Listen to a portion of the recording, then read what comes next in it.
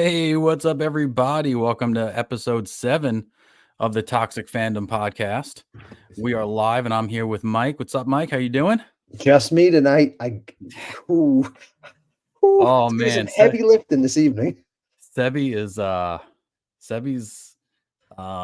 absent, and he didn't call in sick, so we were No, expecting him. he's a no call, no show. Yeah, Technically, he's terminated. He better show up later because he's got some heavy lifting to do here. But And that porcelain doll faced Matt that we added on is the reason that we are missing so many people of this podcast is I'm blaming it on the Mets. You gotta believe. I'm blaming it on the Miracle Mets, man. Yes. The only reason the porcelain doll's not here is because he works for the Mets, so he's busy working for them. And then Sebi he's just getting getting high on these wins. We have a Mets Connect now. We never had one before. Yeah, you're welcome.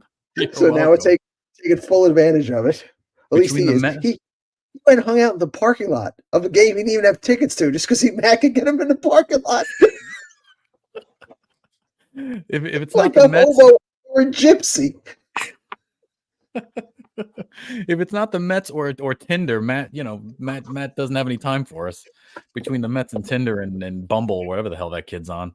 Matt's matches of the week. We have a whole segment for him. We have a segment. We have never been able to do. We've never been able to do. It's called Matt's Matches, and he shows us one of his matches on Tinder, and then we give him terrible advice on how to. We practiced. Pretty sure it's going to get him thrown off the platform, but it's going to be fun. Yeah, maybe he'll get him fired from the Mets. It'll be great. Subscribe and hit that bell. We've doubled our subscriber rate in the past 2 weeks, which is amazing. See if we can half that this evening. Yeah, I want to thank Az over at Heel versus Babyface for giving us a shout out that I paid for. I paid for a shout out. Thank you. Killing the game. But it worked. It worked. So hopefully people stick around. Hopefully people will tell their friends about us and keep listening every week and getting involved in the comment section. We appreciate it. So subscribe on YouTube and Instagram. That's one thing I haven't pushed that I want to start pushing. Make sure you go to Instagram, because that's really the only social media platform we're on.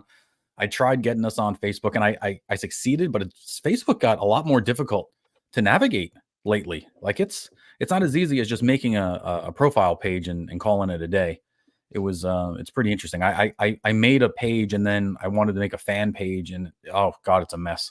There's like 4 different Toxic Fandom pod pages out there for this. So just go to Instagram, check us out at Toxic Fandom Podcast. What about an X? We're on X. We are on X. Right. It's Toxic Fandom Pod on X. But I'm not good at X. X is it's a wild place. It's like the Wild West, man. There's no rules there. People are really, really intense over on X. But you can listen to us always on Spotify, Apple Podcasts, Amazon, SoundCloud, all those areas. But we prefer you watch us here on YouTube. We are going to talk about a whole bunch of things today, but our main topic, which spawned out of last week's episode, which was, what's your dream lineup at a music festival? And, Mike and I and Seb worked really hard coming up with a lineup, and now Seb bailed on us. I'm so excited to see them. Yeah, we have a Google Drive for the podcast, and we've been uploading files to the drive, and I haven't looked at anyone's lineup just so I could be surprised. However, if that big French tar doesn't show up, I'm just going to skewer his, and that'll be it. Well, I'm gonna say that I would guess that between the 3 of us, we have a couple of duplicate bands, because I'm sure his is just Blur and Oasis over and over again. This is Blur round 1, Blur round 2, Oasis round 1. Noel solo. Yeah, exactly. What are they? The Yardbirds? What's he called? His the high flying birds. They wish they were the Yardbirds. That's it. The high flying birds. Yeah, they wish. But all right, so we got some news here. So Mike wrote down some news, so I'm going to put them up on the bottom of the screen. And Mike, you just go ahead and do your thing. Oh, good Lord, Joe is so much better. Okay, so Green Lantern show was announced. Yes. So I guess HBO, kind of riding off the high of Penguin, now is really pushing hard to get another show going. And I do think the idea of a Green Lantern Corps is an interesting idea. right? You could make it self-contained. It could be if they do it right, it could be like a cop show set in space, which would be fun, right? Like it is you could have some overarching story, but have him deal with a crime of the week kind of thing. You know what I mean? And I think that'd be fun. So they cast their lead, their Jon Stewart, and his name is Aaron Pierre. I don't know who he is. He's a ridiculously good-looking guy, and he has a bit of an odd look. Like he looks perfect for me as Jon Stewart, the Green Lantern. Right. I mean, he really, like, I was shocked how good a job they did casting that. I don't know what he's in or what he's from. I have no idea, but his eyes are crazy. Yeah, right? Crazy weird eyes, yeah. The thing for me is, I guess that is the biggest Green Lantern, right? For whatever current generation, because I guess for this generation it is, yeah. Jon Stewart was the one on the Justice League cartoon for so long, right? Yes, he was I think he was the only one in that cartoon for a long time. Because I think you and I would probably say Hal, right? Hal Jordan is our. I would say Hal. Yeah. Yeah. But I guess you could have them spin in and out of the show, because I think they're calling it the Green Lantern Corps, right? Yeah, from what you wrote in the description, it seemed like it was a buddy cop movie with him and Hal. Oh, all right. Is that correct? Yeah, I don't. Yeah, that's what they're saying. But I don't. They cast this guy as their lead. If that's what it is, like that has really big potential for me. Like the Green Lantern in the DC universe after Batman, Green Lantern is probably my favorite character. And I like both Jon Stewart and Hal Jordan. I don't know much about Kyle Rayner, but I like Green Lantern stuff. I just love the whole idea of space cops and the rings being able to produce, manifest, different things. So I'm really excited about the show, but I'm also skeptical because everything sucks now. So yeah, I know. But I'm trying so hard to get that out of like the show where it's just like 4 old guys, 2 old guys now yell about pop culture. Like I don't want it to be that. But it's the Toxic Fandom. We are the Toxic Fandom podcast. Like, I know, but the whole point of me coming up with that name is like the whole slug line is Toxic Fandom. Are we the problem? Question mark. Because I don't think we are. Like I don't think we are. And no, I'm gonna watch this segue. I'm a segueing son of a bitch. Steve, Lord of the Power, Rings of Power. Oh, now he's got to scramble. There it is. Good man. Yes. Rings of Power, right? Like it finished. Did you watch Did you watch this whole season? I watched the entire season. Season. Why, dude? Why? Because you know what? I've asked myself that question every time I put a new episode on.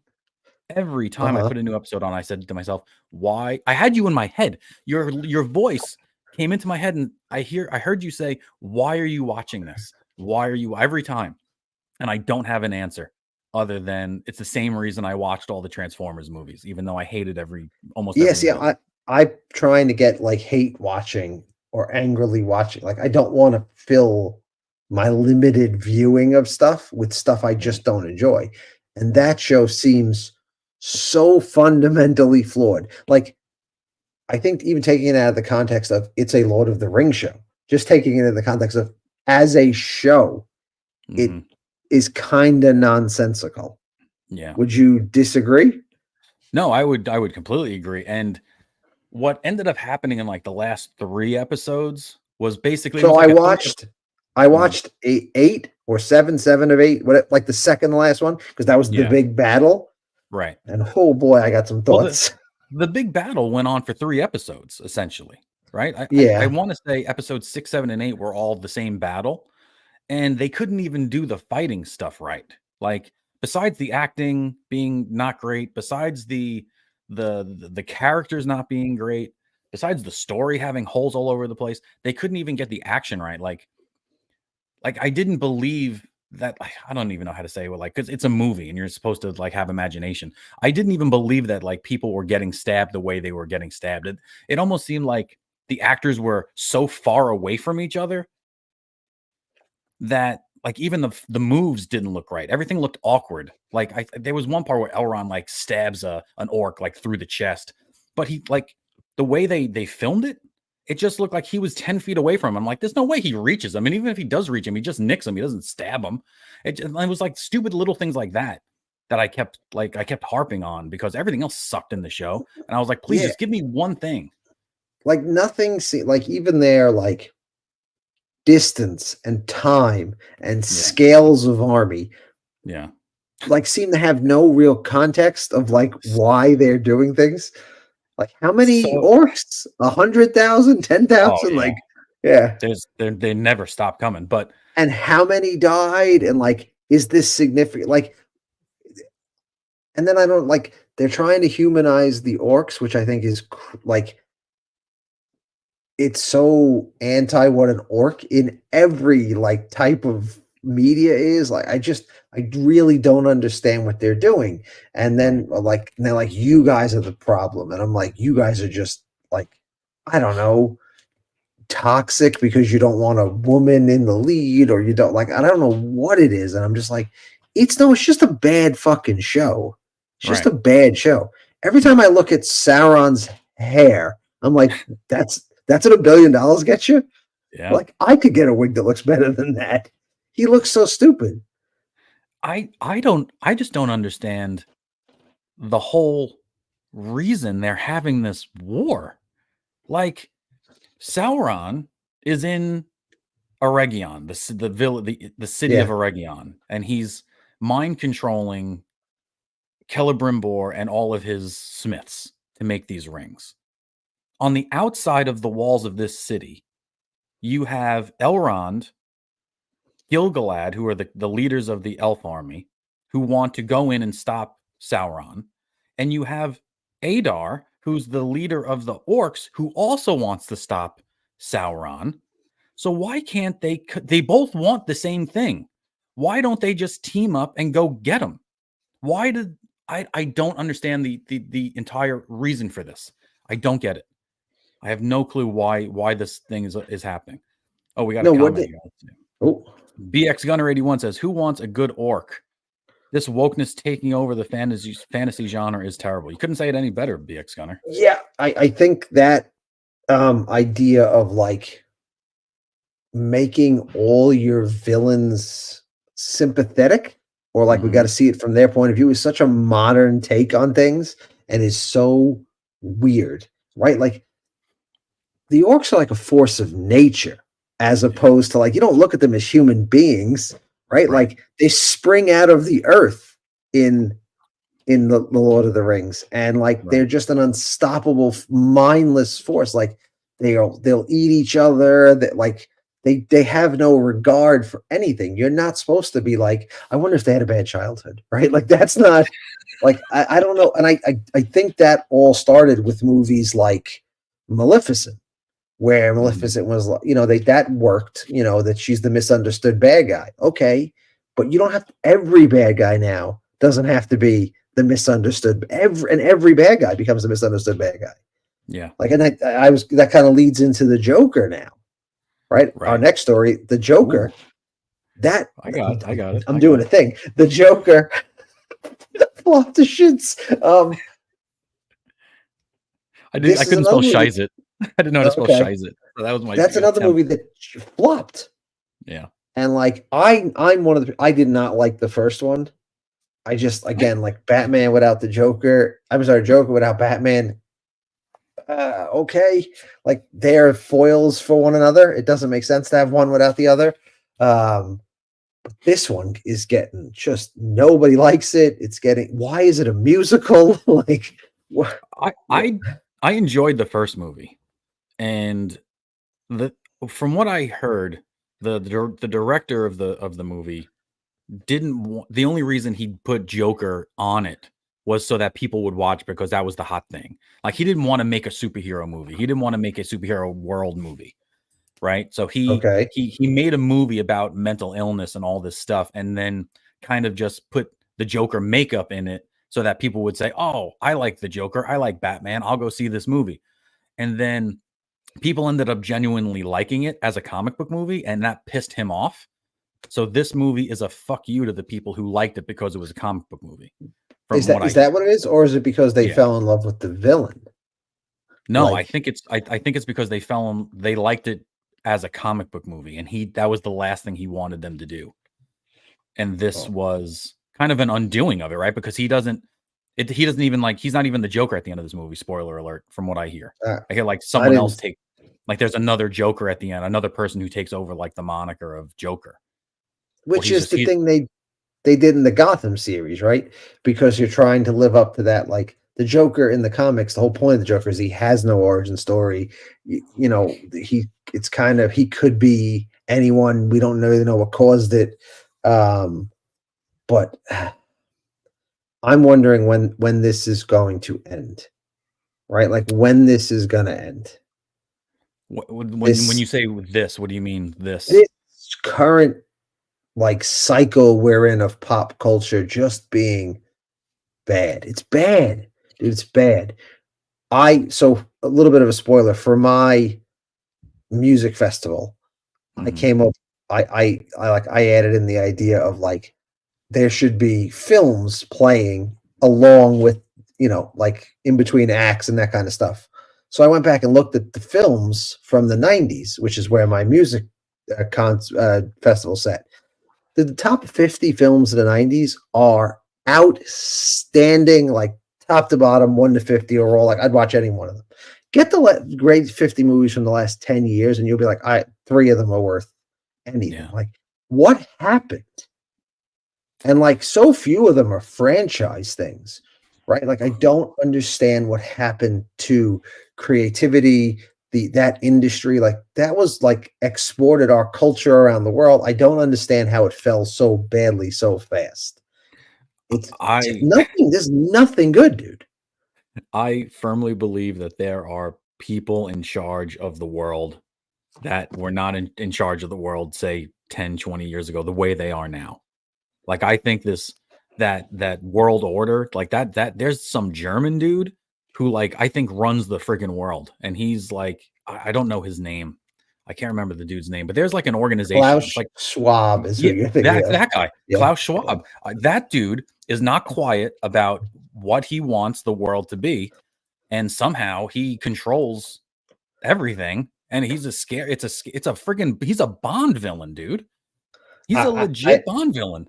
I don't know how much I believe in like those kind of conspiracy theories as I do like just poorly aligned incentives. Like, and Yeah, like the situations have ended up this way because of different pressures in our economy and in our culture, whatever. But at some point, this has to end. Like, how many times can they keep making movies? And The Lord of the Rings is going to cost $1 billion, and it's going to mhm, make them nothing. Like they've lost half their audience from year one to year two. How long can companies keep doing this before you're like enough, enough? yeah. Right? Like when I was Well, researching the news for this week, I saw articles about like what if Disney did a Obi-Wan Kenobi 2? No one wants to see that. Nobody wants to see a fucking Obi-Wan Kenobi 2. If you asked me 10 years ago, I would have loved to see an Obi-Wan Kenobi movie, but you've mishandled it so poorly. No one wants yeah. any of this shit. I don't want them to touch Star Wars for a decade. Just leave it the fuck alone. I don't Right? want them to ever touch it again, ever. Like There's I'm no way so for oh $4 billion no, they're not. yeah, Yeah. no, I know. Yeah. I'm scared that they're going to redo Back to the Future or something because I've heard They that's so in the rumor mill. apparently Zemeckis, right? It Yeah, is Zemeckis who did that. yeah, Part of his deal is he won't, as long as he's alive, he doesn't want it touched. yeah. They'll kill him Doesn't then. want it touched, huh? They'll kill And him then, then. the question, I think his son is also like, Yeah, I just I don't. tell a new story, write a new movie, tell a new story. I don't understand. Like, No, they don't. They can't. They don't have the writers now. Don't have any lived experiences, Mike. They haven't lived through real hardships like the people that we've gotten all the Tolkien best. fought in the First World War, right? Like Tolkien fought in the war, the Yeah, Great War. Like you get that, but like there are great writers now writing. Like Brandon Sanderson is a great fantasy writer who has written a giant series of fantasy novels, and like he did a Kickstarter for his last ones at the end of the pandemic, and I think it's the highest grossing Kickstarter of all time to finance his next set of novels. Like there are people out there still writing stuff and doing stuff, they just don't seem to be targeting them. mhm, Even music. it's kind of the same way. It's like a real cultural malaise we're in, and I hope we pull out of it. I hope we But get the technology, 60s and 70s. I hope we but get that. technology fucks everything up, in my opinion. Like especially music, because people aren't learning instruments anymore. People aren't learning how to be creative. They put in an algorithm into a computer, and it gives them a beat, and you pick three chords that supposedly go together, and it makes you a melody, and then or and it's starting to happen with country music, and it's really pissing me off. I don't know if you've noticed country music the past like couple of months. They're sampling old songs now. Like there's one country song that samples like a David Bowie tune. There's another one that's sampling "Give Me the Beat Boys" and "Free My Soul." That song. Yeah. Like there are two or three songs out there right now that are all sampling old, either classic rock or pop songs. And I'm like, what's going on? This is for rap. Rappers do that. Rappers recycle stuff. This isn't country music. Country music is, three chords in the truth is what it's called, right? That's the slogan for it. And you write a song about your girlfriend leaving you, about your truck or your beer or whatever you friggin' do. Now they're just sampling David Bowie licks and riffs. It's My youngest one has gotten very big in the country, and I was yeah, trying to get her tickets. She really wants to see Zach Bryan. So yeah. I know someone that can get tickets to different arenas. And I called Uh, and she was like, yeah, no, you can't get Zach Bryan. She's like, I can get you Blake Shelton though. And I told my oh, daughter, dude, the look on her face, like oh, Blake dude. Shelton, like I shit in her cereal. She was like, He's got she a had bunch of no, hits, man. I know, but she's so like, she And he likes, isn't he on The um, Voice? yeah, that's why she just wants nothing that's mainstream at Oh, all. You know what I mean? But he's yeah, well, did you ever listen to the podcast I sent you about rock music, the history of rock and 500 songs? no, did you ever? I don't know if you ever sent it. You sent me Uh, another one called "Are We Garbage" Oh, that's or another something one. like But that. Yeah. anyway, there's this British journalist who's done a podcast where he's chronicling like the history of rock and roll in 500 songs, Hmm. and I think he's up to like the Dead in the 70s now. And he goes song by song and like explains the era and the music and everything, like the changes that happened because of this song. And he's picked 500 songs. And when they asked him, like, well, why do you think now's the time to do this? He's like, because rock's done. Yeah. He's like, rock and roll music is done. He's like, Hmm. it's over now with whatever the next type of music is. He said, but rock, was defined coming out of gospel and jazz, and it's Hmm. over now. And I was like, that's a really sad Yeah. way to look at it. But when he was like, what's the last great rock group you've heard? And there is none. There's not Right. a great rock group in the last 10 years, New? No, not. I don't know about right? new. What are you Probably going back? You're not. going to Killers, you're Yeah, going, Killers. Kings of Leon was very big. yeah. But Um. again, that's 10 years ago. Oh no, yeah, I'm with you. And I was just like, wow, even music has kind of gone into this like weird dip. And I don't know if that's because of social media and all the I can't explain why and I like that's why I thought this podcast was a good idea. I just can't explain why everything is so fucking terrible. I And think I it's just all don't because of what's going to make you the most money, and people don't want to take risks on things that aren't going to make them money, but yet that's essentially it's what they're doing anyway. And I think they're losing money now. And I think they're going to be forced to go back to doing things, the way they used to, because I was going to bring that up when I was talking about Klaus Schwab or whatever his name was. yeah. Um, I think that, he has a plan, and I think he implements this plan through financial institutions. And there was too much. I think we're going to see more of a resurgence of the way it used to be, because there was negative feedback to what was being pushed on us, right? I think they were Oh, under the impression that we were just going to kind of just go with the flow with this whole DEI stuff and all yeah, that again, shit. like I said, I think there's weird cultural pressures, but my question is like what rallies you out of this? Because like my next story was Reacher renewed for season 4, Right. right? I really liked season 1 a lot. And 2, I was like, it felt like it was moving in the wrong direction. Like it felt like that. Bill, I I yeah. got to see what BX Gunner 81 says. Shit Rock is dead. And then he But says, "It never dawned on me, but I've just been shocked and sad at the same moment." What explain I yourself, think PX. Go I ahead. think probably about the idea that rock is Oh, done, that rock is right? done. Yeah. Like, it's crazy. Like, it's the most defining music, that and hip hop, and I think hip hop's kind of done too, right? It's the most defining music of the last. God, rock and roll might be the one of the biggest driving forces culturally in the last 100 years, right? What rock and roll did, like it, that spurred on the generation of love, and like it spurred on so much change in society, and it's just like we're gonna leave that behind us now. All right. But I'm sorry. Here are the top 10 best rock bands in the past 10 years. Ready? Go ahead. Alabama Shakes. Did you ever hear of them? No, I never even heard of them. I'm sure I know their hit. I've heard of them. I think it's a very large black woman guitar player who's amazing on guitar, but I think that's the band. I don't Okay. know any. I don't know. And I think they play like a blues type of thing. Like they're very niche. They're not mainstream. I think that's who it is. If I'm recalling that correctly. Them Crooked Vultures. Nope. Never heard of them.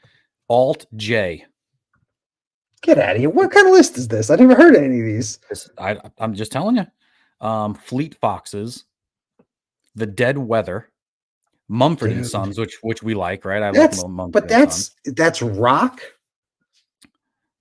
They I don't play know. guitars, Mike, so I guess it's called rock. It fits into the rock genre. Royal Blood, they're really good. Did you ever hear of Royal Blood? No. They're very good.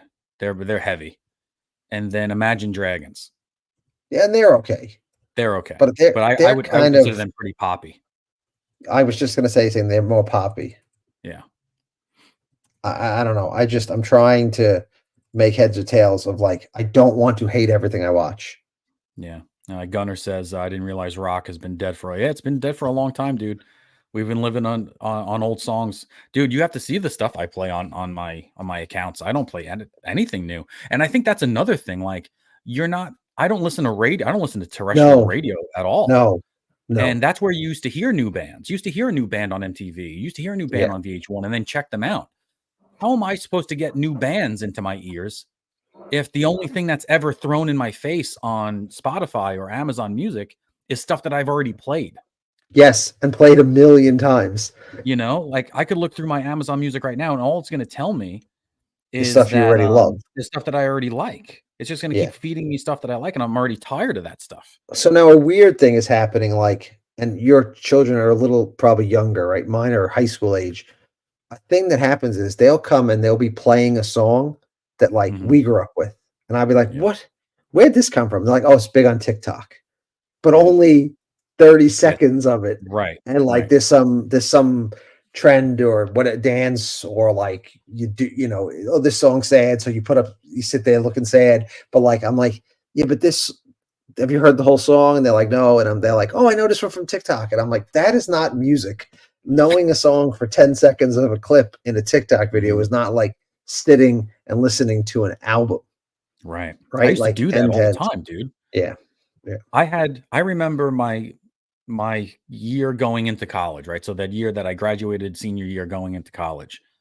And I went to the store, probably like May, that May that I graduated high school, and I bought a 9 Days album because they had one song on the radio. They had a Story of a Girl. I love that song, so I went out and bought that record.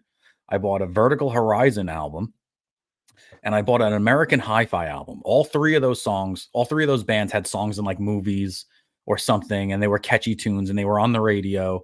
And I bought those 3 albums. I still listen to those full albums today. I go to the gym, I put on those 3 full albums and listen to them constantly, all the time. Rito wants to know where Sebi is. Yeah, we want to know also, Rito. Yeah, good luck. It's an APP out on a giant Frenchman. He's at home washing his tights. Yeah, yeah. So one The Mets last won, and Sebi pulled the most French thing ever. He surrendered. Yeah. BX Gunner 81 says, one of my kids just went to see a band called Cigarettes After Sex, and I've never heard of them. It's a good name. Cigarettes After Sex. All right. But we got to check I just out. looked it up.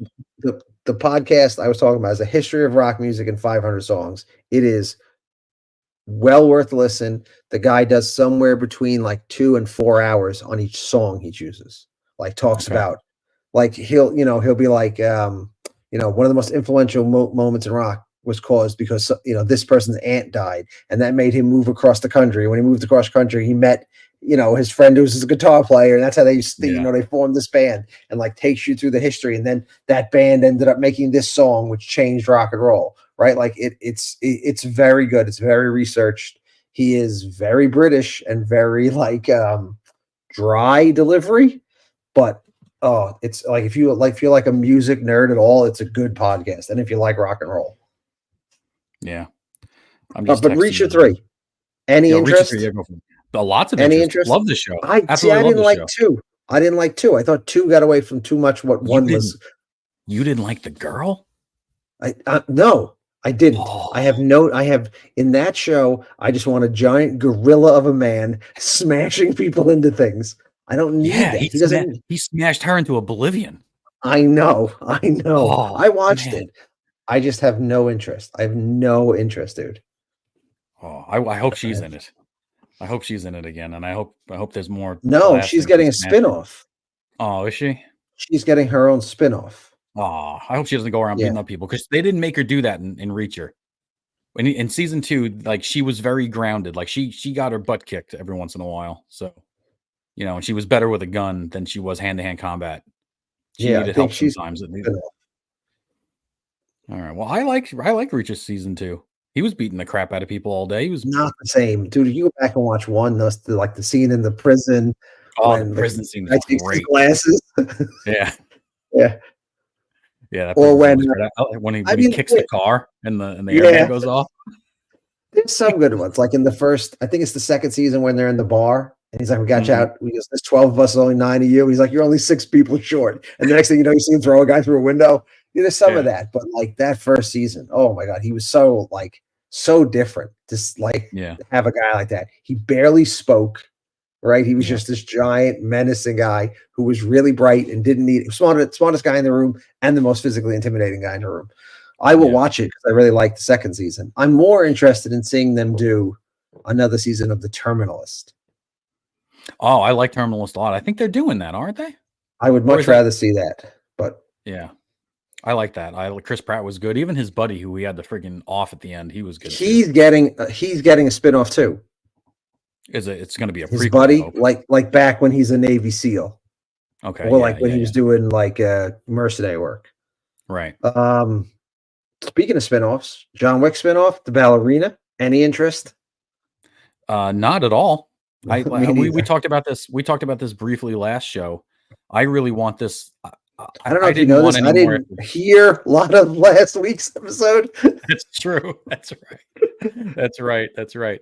No, I wanted it to end after John Wick 2. John Wick 3 and 4 did nothing for me. I like them. I mean, they're fun to watch. They're better than a lot of other movies out there nowadays. But John Wick 1 and 2 to me that's all you need in that franchise. That's just my opinion. We got a comment here. BX Gunner says, I'd be all in on a real life celebrity deathmatch series with that dude with the Reacher guy in it. Oh my god. I heard him interviewed that he was out with his wife and he ran down a criminal in the street. Did he? Yeah. Did you hear about Bon Jovi? No, what did he do? Bon Jovi talked somebody off the ledge in Nashville. He was in Nashville walking around at night, and somebody was going to jump off a friggin' bridge into the river because the Tennessee River is right there in Nashville, and he talked them off the friggin' ledge. Imagine getting talked off the ledge by John Bon Jovi. It was a girl too. Oh, well, that's why. Although he's probably haggard now. He's been up there in age. Yeah, he doesn't look. He's not prime John Bon Jovi anymore. I'll tell you that. But anyway, yeah. So Ballerina, I'm not interested. He went out there and told her, "Come on, it's worth it. You're living on a prayer. I'll be there for you. These 5 words, I swear to you." Yeah. I love Bon Jovi. I'm a big Bon Jovi fan.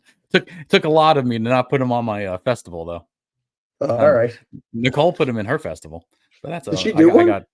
I asked her to do one. She did one. But yeah, I am not interested in seeing a small, tiny 120-pound woman beat up everybody in the room. So Yeah, well, that's just sort of the problem, right? Like that has right. also become a thing where like Yeah. all the girls are dudes. Like, Hmm. how did that happen? Like, I have no problem with a female-led series, but she needs to be smarter and clever, not able to Right. kick people's asses. Like, that just makes no sense. What Like, was the spy movie with Atomic Blonde with Charlize Theron? Did you ever see that movie? mm, That's kind no. of like a female John Wick, but it was way better than what I expected. Like that was a good movie. She gets the shit beat out of her, man. She's in bad shape at the end of that movie. Did he sing Dead or Alive? Did he sing Dead or Alive to the girl on the bridge? Yeah, that would be a What's Rito say here? Rito says, "Need a third for this threesome." No, we're good, Rito. You keep trying though. I like your effort there. How long do you think we can string Rito along for? Rito, it's no. See, the thing is, Rito is our guy on the street or our guy in the chair, or whatever you want to call him. If we don't have Rito, the chat's gonna fall apart. I don't know. Well, BX Gunner could hold it down. He's our You, Ned from he's Spider-Man. yes, he's our Ned. He's our Ned. Gunner says the Young Gun song. Dead or yeah, I know. We know the song. I could play it for you if you want. I won't do that to you. Maybe he's saying I'll be there for you. Maybe. Oh, he has. Rito says he has a mic and good internet. So does Mike tonight. Mike I has a got good mic and good internet. internet tonight. Yeah. Yeah, tonight's pretty I have good. no idea what went on last week. I have no idea. Yeah, The me and ballerina Raina said trailer was out. Did you watch it? I didn't. I didn't get a chance to. Did you watch it? I did. I did. Again, So I what's the don't premise of think the movie? she's like a young girl who gets like Does her pulled. It cat die? almost looks like a Black Widow type of like situation where she was pulled in and trained from a Mm, young age to be in this world. My thing okay. about it is like the more you expand on this world, the less and less it makes sense. Yeah. Like, like when it was just, oh, there's a secret society of assassins that lives in New York City. You're like, I could see that, right? I could see that. But then it's like, oh, they can make every single person in a park stop and walk away. You're like, okay, it's getting a little crazy. You know what I mean? And it's just Yeah. like it gets a little out of control. Like when they put that hit on him in the second or third movie, and it's Hmm. basically like there's 800 people trying to kill him in New York City. Like, okay, how many assassins are there?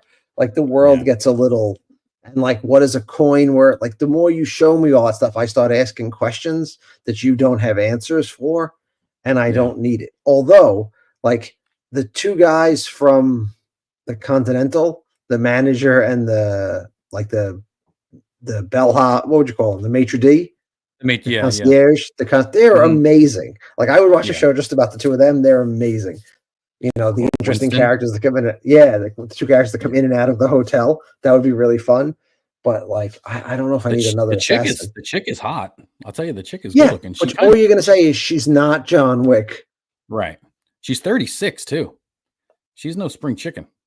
Mm, And what does she weigh? 105 pounds, soaking wet. that's my like. Yeah.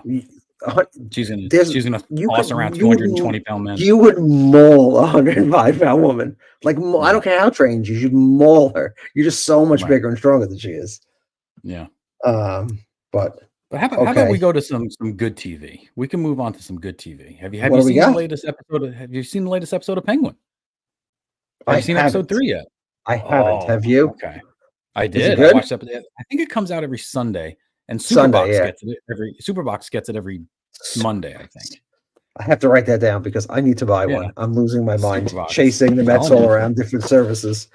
See, there's a section of Superbox that's called Video on Demand, and that's when you Uh-huh. have to wait. That's when you have to wait for the new episode to upload, right? So Okay. it's usually about a day or two lag, so you can never watch it the day it comes out. However, there's a live TV option on Superbox, so if you just go to HBO at the right time, it'll play, and you can watch it on the day it airs. But this episode's pretty good. I don't know. I'm not going to spoil it for you, but they're What's your trying thoughts? to. My thoughts are really good. It's getting good. It's getting interesting. It's more of it's an episode that gives you more of a background between him, Oz, and Sophia, Okay. and like why she was put away in Arkham, and it might have something to do with something he did, and Okay. she's kind of holding a grudge about it. and now they're starting to work together to sell like the drug that's been spoken about by the brother before he shot the brother. That big drug that they were involved in. Yeah. They're gonna work to him and Sophia are gonna work together to try to sell this drug. And then it all blows up at the end. I don't want to tell you what happens at the end, but everything fucking blows up at the end of this episode. And you're like, where's it going to go from here? Like, I have like, it left you on you're wondering what's going to happen now. Like, how can he not die from this? Because like, I don't want to ruin it for you, but it was a very good episode. Yeah. BX Gunner agrees. He says, episode 3 is real good. I think Rito left us. Rito said peace. Oh, We need the guy in the chair, Rito. That's all right. We got BX Gunner. Yeah, this whole series does kick ass. It's very good. I'm really enjoying it. It left you on a real big cliffhanger, so good on them. So that's good TV. Do you want to talk about Goku and the Thanksgiving Day parade? Again, that was more for Sebi because he likes Dragon Ball Z. He's a big nerd. Right. But apparently they're making a giant Goku Macy's Day parade float, Thanksgiving parade float. Which I guess is cool. He's like one of the most recognized. I know him and I've never watched a single episode of Dragon Ball Z. Correct. Same here. It looks cool. Have you ever been to the Thanksgiving Day parade, Mike? No. Have you? I mean, no, never. As a New Yorker, I've never been. No way. That seems like seems like for suckers and tourists. Like, I'm gonna go stand in New York City in November. The only parades I ever went to were the Yankees World Series parades. The Mets never had one of those. Hey, maybe you got this year. Maybe this year is looking good. I think so. I'm rooting for him. I'm not one of those Yankee fans that shits on Met fans. I'm not that type of fan. So if the Mets are going to do well, then good on them. I will shit all over the Rangers. Fuck the Rangers. But yeah, it's about time Goku gets a balloon, Gunner says. Yeah, I mean, I can't argue that. Like, he's a character that has existed for many a year now. I'm really surprised that there hasn't been any Dragon Ball Z balloons ever. Like, they've always had Pikachu, right? I know Pikachu. Yeah, he's been there for a while. But, I mean, it's the same genre, though. Yeah, but like, who pays for that? Like, what's the advantage to putting your character in a giant float in the Macy's Day Parade? I would assume it's a marketing thing, right? Wouldn't the Dragon Ball Z people be paying for that? Yeah, I guess. But like, you're already a hugely popular show. Like, I never really understand what the benefit of that is. If a kid sees that, then the kid's going to want toys, or he's going to want to watch the show, or he's going to want the T-shirt. You know? Yeah, I can't argue that. Like, if you saw it, like, you know, if my son sees Spider-Man on the float, he might that is creeping into his brain now, and it's going to sit there and fester. And then when we go to Target and he sees a Spider-Man thing, maybe he wants it. And is it worth the investment for the marketing? Who knows? You know, there are experts that probably know more about that than I do. But yeah. Yeah, I mean, it's cool. I always watch the parade. I mean, I do watch it every year, you know, on TV. But yeah, BX Gunner said he used to go watch them blow them up the night before in Central Park, which that seems like a very cool thing. It's also a Seinfeld thing. BX Gunner, are you a local New Yorker? Are you a native New Yorker? We got to know more about you, Gunner. 81. I'm assuming 81 is your birth year. Like us. We're close to it. Dimitri Jones says, what the hell is this? I don't know. What is this? What's up, Dimitri? How are you? Welcome. Who is Rito? Rito is a longtime listener, Dimitri, who is dying to be a co-host on the show. We might have an opening because we're missing 2 or 3 hosts tonight. Yeah. And we might let him on one of these days. You never know. We might let him on one of these days. But he left us. So he got frustrated with us. So let's see. BX Center says 2 worst experiences are 42nd Street on New Year's Eve. Why? And the Macy's Thanksgiving Day Parade. It's always why would you do that? Yeah. That's another thing I've never done. Why would you do that? No. He says, I'm an original New Yorker, and now resides in Charlotte, North Carolina. Oh my God, how are you doing in North Carolina? They got hit really hard with that hurricane last week. You doing all right?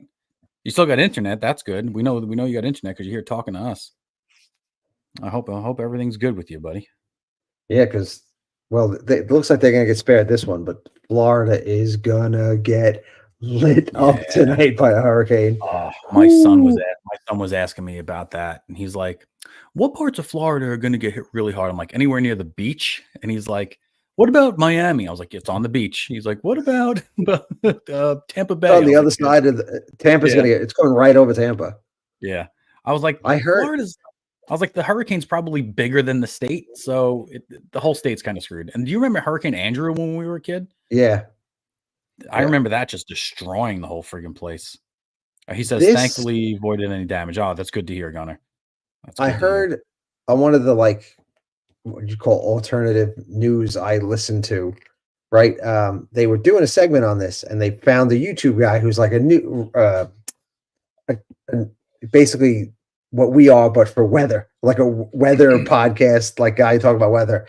And he was nerding out about this because when this hurricane formed and when it was like it glanced the side of Mexico before it came back towards the States, they said it was hitting the theoretical limit for what our atmosphere could support as far as the strength of a storm. Like that's a wild statement that like this storm is theoretically reaching the limits we think are possible for storms as far as size and pressure and strength. So whoa, they were like, I feel bad for like people in Tampa. It's going to be a rough. They're saying a 9-foot seawall is going to surge in front of this storm tonight. 9 feet of water. That's the second floor of your house. That's crazy. And like there are conspiracy theorists out there saying that they think the government's manipulating the weather with chemicals and stuff. Yeah, to knock Florida out of the election. Yeah. Yeah. Is that what people are crazy? Yeah. Oh, they're a month too early then. They're a month too early. Yeah, people are crazy. People are so crazy. Yeah. Ingrid Reed. Hi, Ingrid Reed. No, I don't know who you're talking about, Ingrid. This is Mav. I'm Mav. I don't know who you're talking about. Is that a former listener? I don't know. I hope so. Maybe it is. Is Ingrid from a podcast that shall not be named? It might be. I don't recall an Ingrid. Gunner says, does Penguin get more roles in the DC universe along with this series? That's where it all falls apart, man. Like that's like these. I think he's in the new movie, right? Is he in the new Batman movie? I'm not sure. Oh, you mean does this character? I thought you meant does the success of this show get more DC series on HBO? That's what I thought. I think both of those questions are valid, right? Does it get you more shows, and does he spin off into more stuff? Right. I think this will get them more shows, and I think that's going to be a mistake because it's just the greediness of this industry. Just was it recommended to paint Ingrid's kitchen? Oh, you must be real local. Yes, I am the person that you think I am, I guess, and I will gladly paint your kitchen. Just give me a call whenever. This is crazy. Steve is a jack of all trades. Mav is a jack of all trades. Yeah, sure. Funny. Yeah, I will paint your kitchen gladly, and I will do a very good job, Ingrid.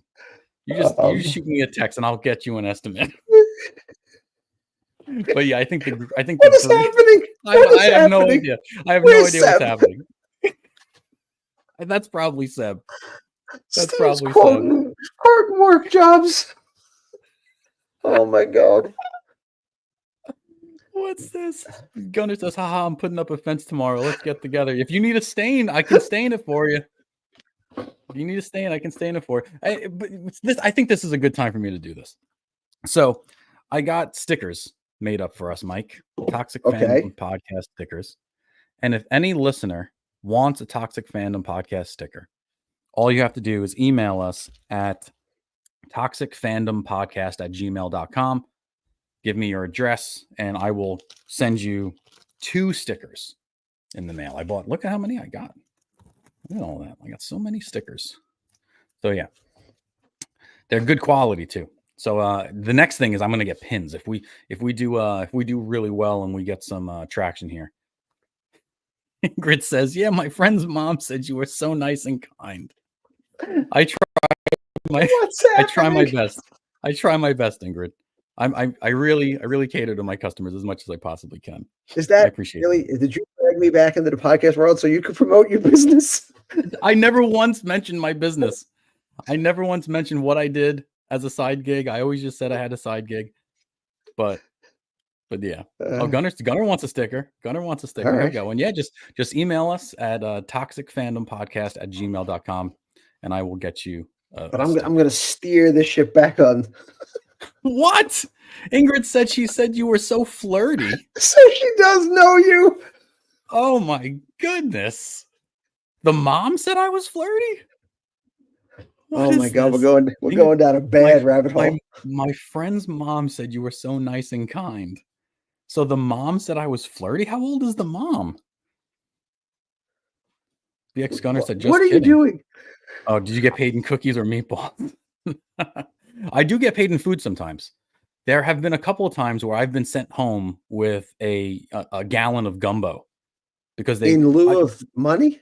no, not in lieu of money. Oh. Not in lieu of money. Just nice gestures because the people down here are so freaking nice. And like, I don't take lunch breaks when I go painting people's houses. I'll work from 9 to 4 straight. I'll like eat my sandwich as I'm cutting in, the ceilings and stuff. And people are like, listen, I'm making this food. Do you want some? And I'm like, yeah, sure. And then please screen up Ingrid's next quote.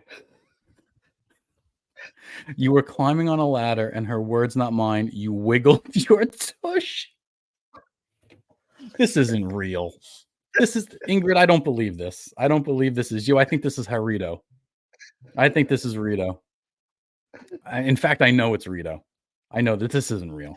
I know this is Rito. Has to be Rito. You know why? Because I think I said this. I've told this story before. This is a real story. Yeah, this is a true story. On the old show podcast, which I told. Rito, you have been ousted. You have been ousted, buddy. But yes, what is this? Have you guys seen the new Salem's Lot? Oh, I saw a commercial for Salem's Lot. Or I saw an ad for Salem's Lot. It came up on my Roku. I'm interested I like spooky movies, spooky TV shows. I think it's a series, right? It's a series, not a movie. I think it's a series. Anyway, we got off track there, but that's okay. I forget so to answer his earlier question about I would love it if they could properly do a set of shows about the DC universe, like spinning off of the Penguin and off of that, last Batman movie. I just have no faith it can be done. Right. Didn't you say he didn't want to get in the makeup anymore? I thought Colin Farrell didn't want to do another season of this. People saying that like this is his Emmy performance, right? He's going to get an Emmy for this, they're saying. So that may motivate him to do it. Yeah. The X-Hunter says it's a movie. Salem's Lot is a movie. All right, I'm going to check it out. I'm going to write it down right now. I got to listen to Mike's podcast. What was that podcast, Mike? Songs and 500 songs or whatever. History of rock and roll and 500 songs. History of rock music and 500 songs. It's really good.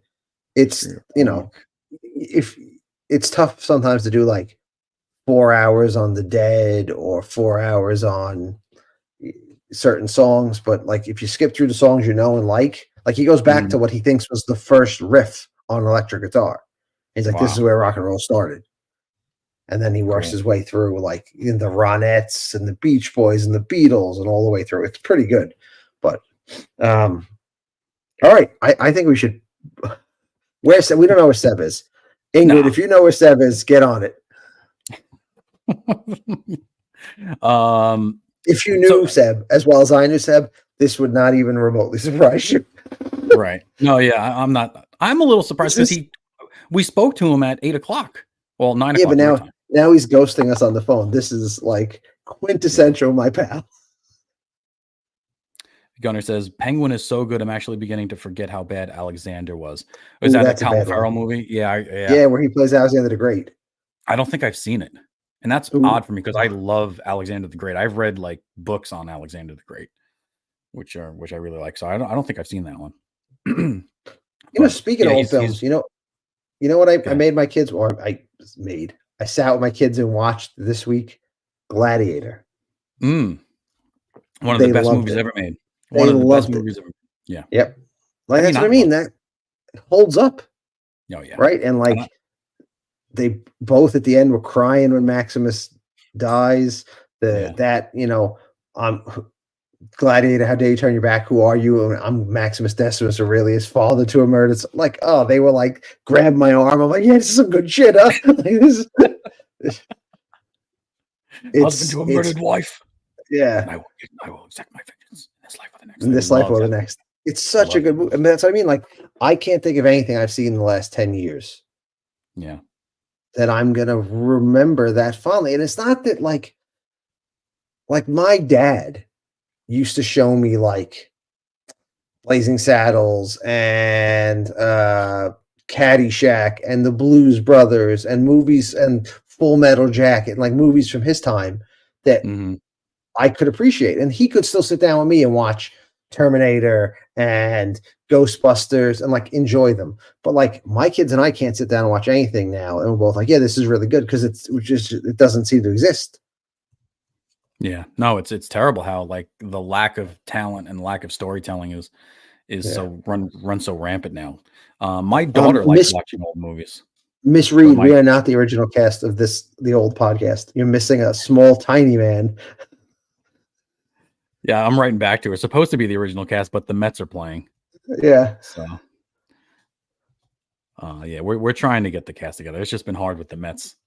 Gunner says my dad showed me Enter the Dragon, Chinese Connection, and a stack of porn mags. LOL. Enter the Dragon, Good, phenomenal. the great dad right there. That's a good pops right there. So I'm sorry I cut you off. What do you want? What is your mom? What's your daughter like? My daughter like loves the Goonies. She loves the original Karate Kid.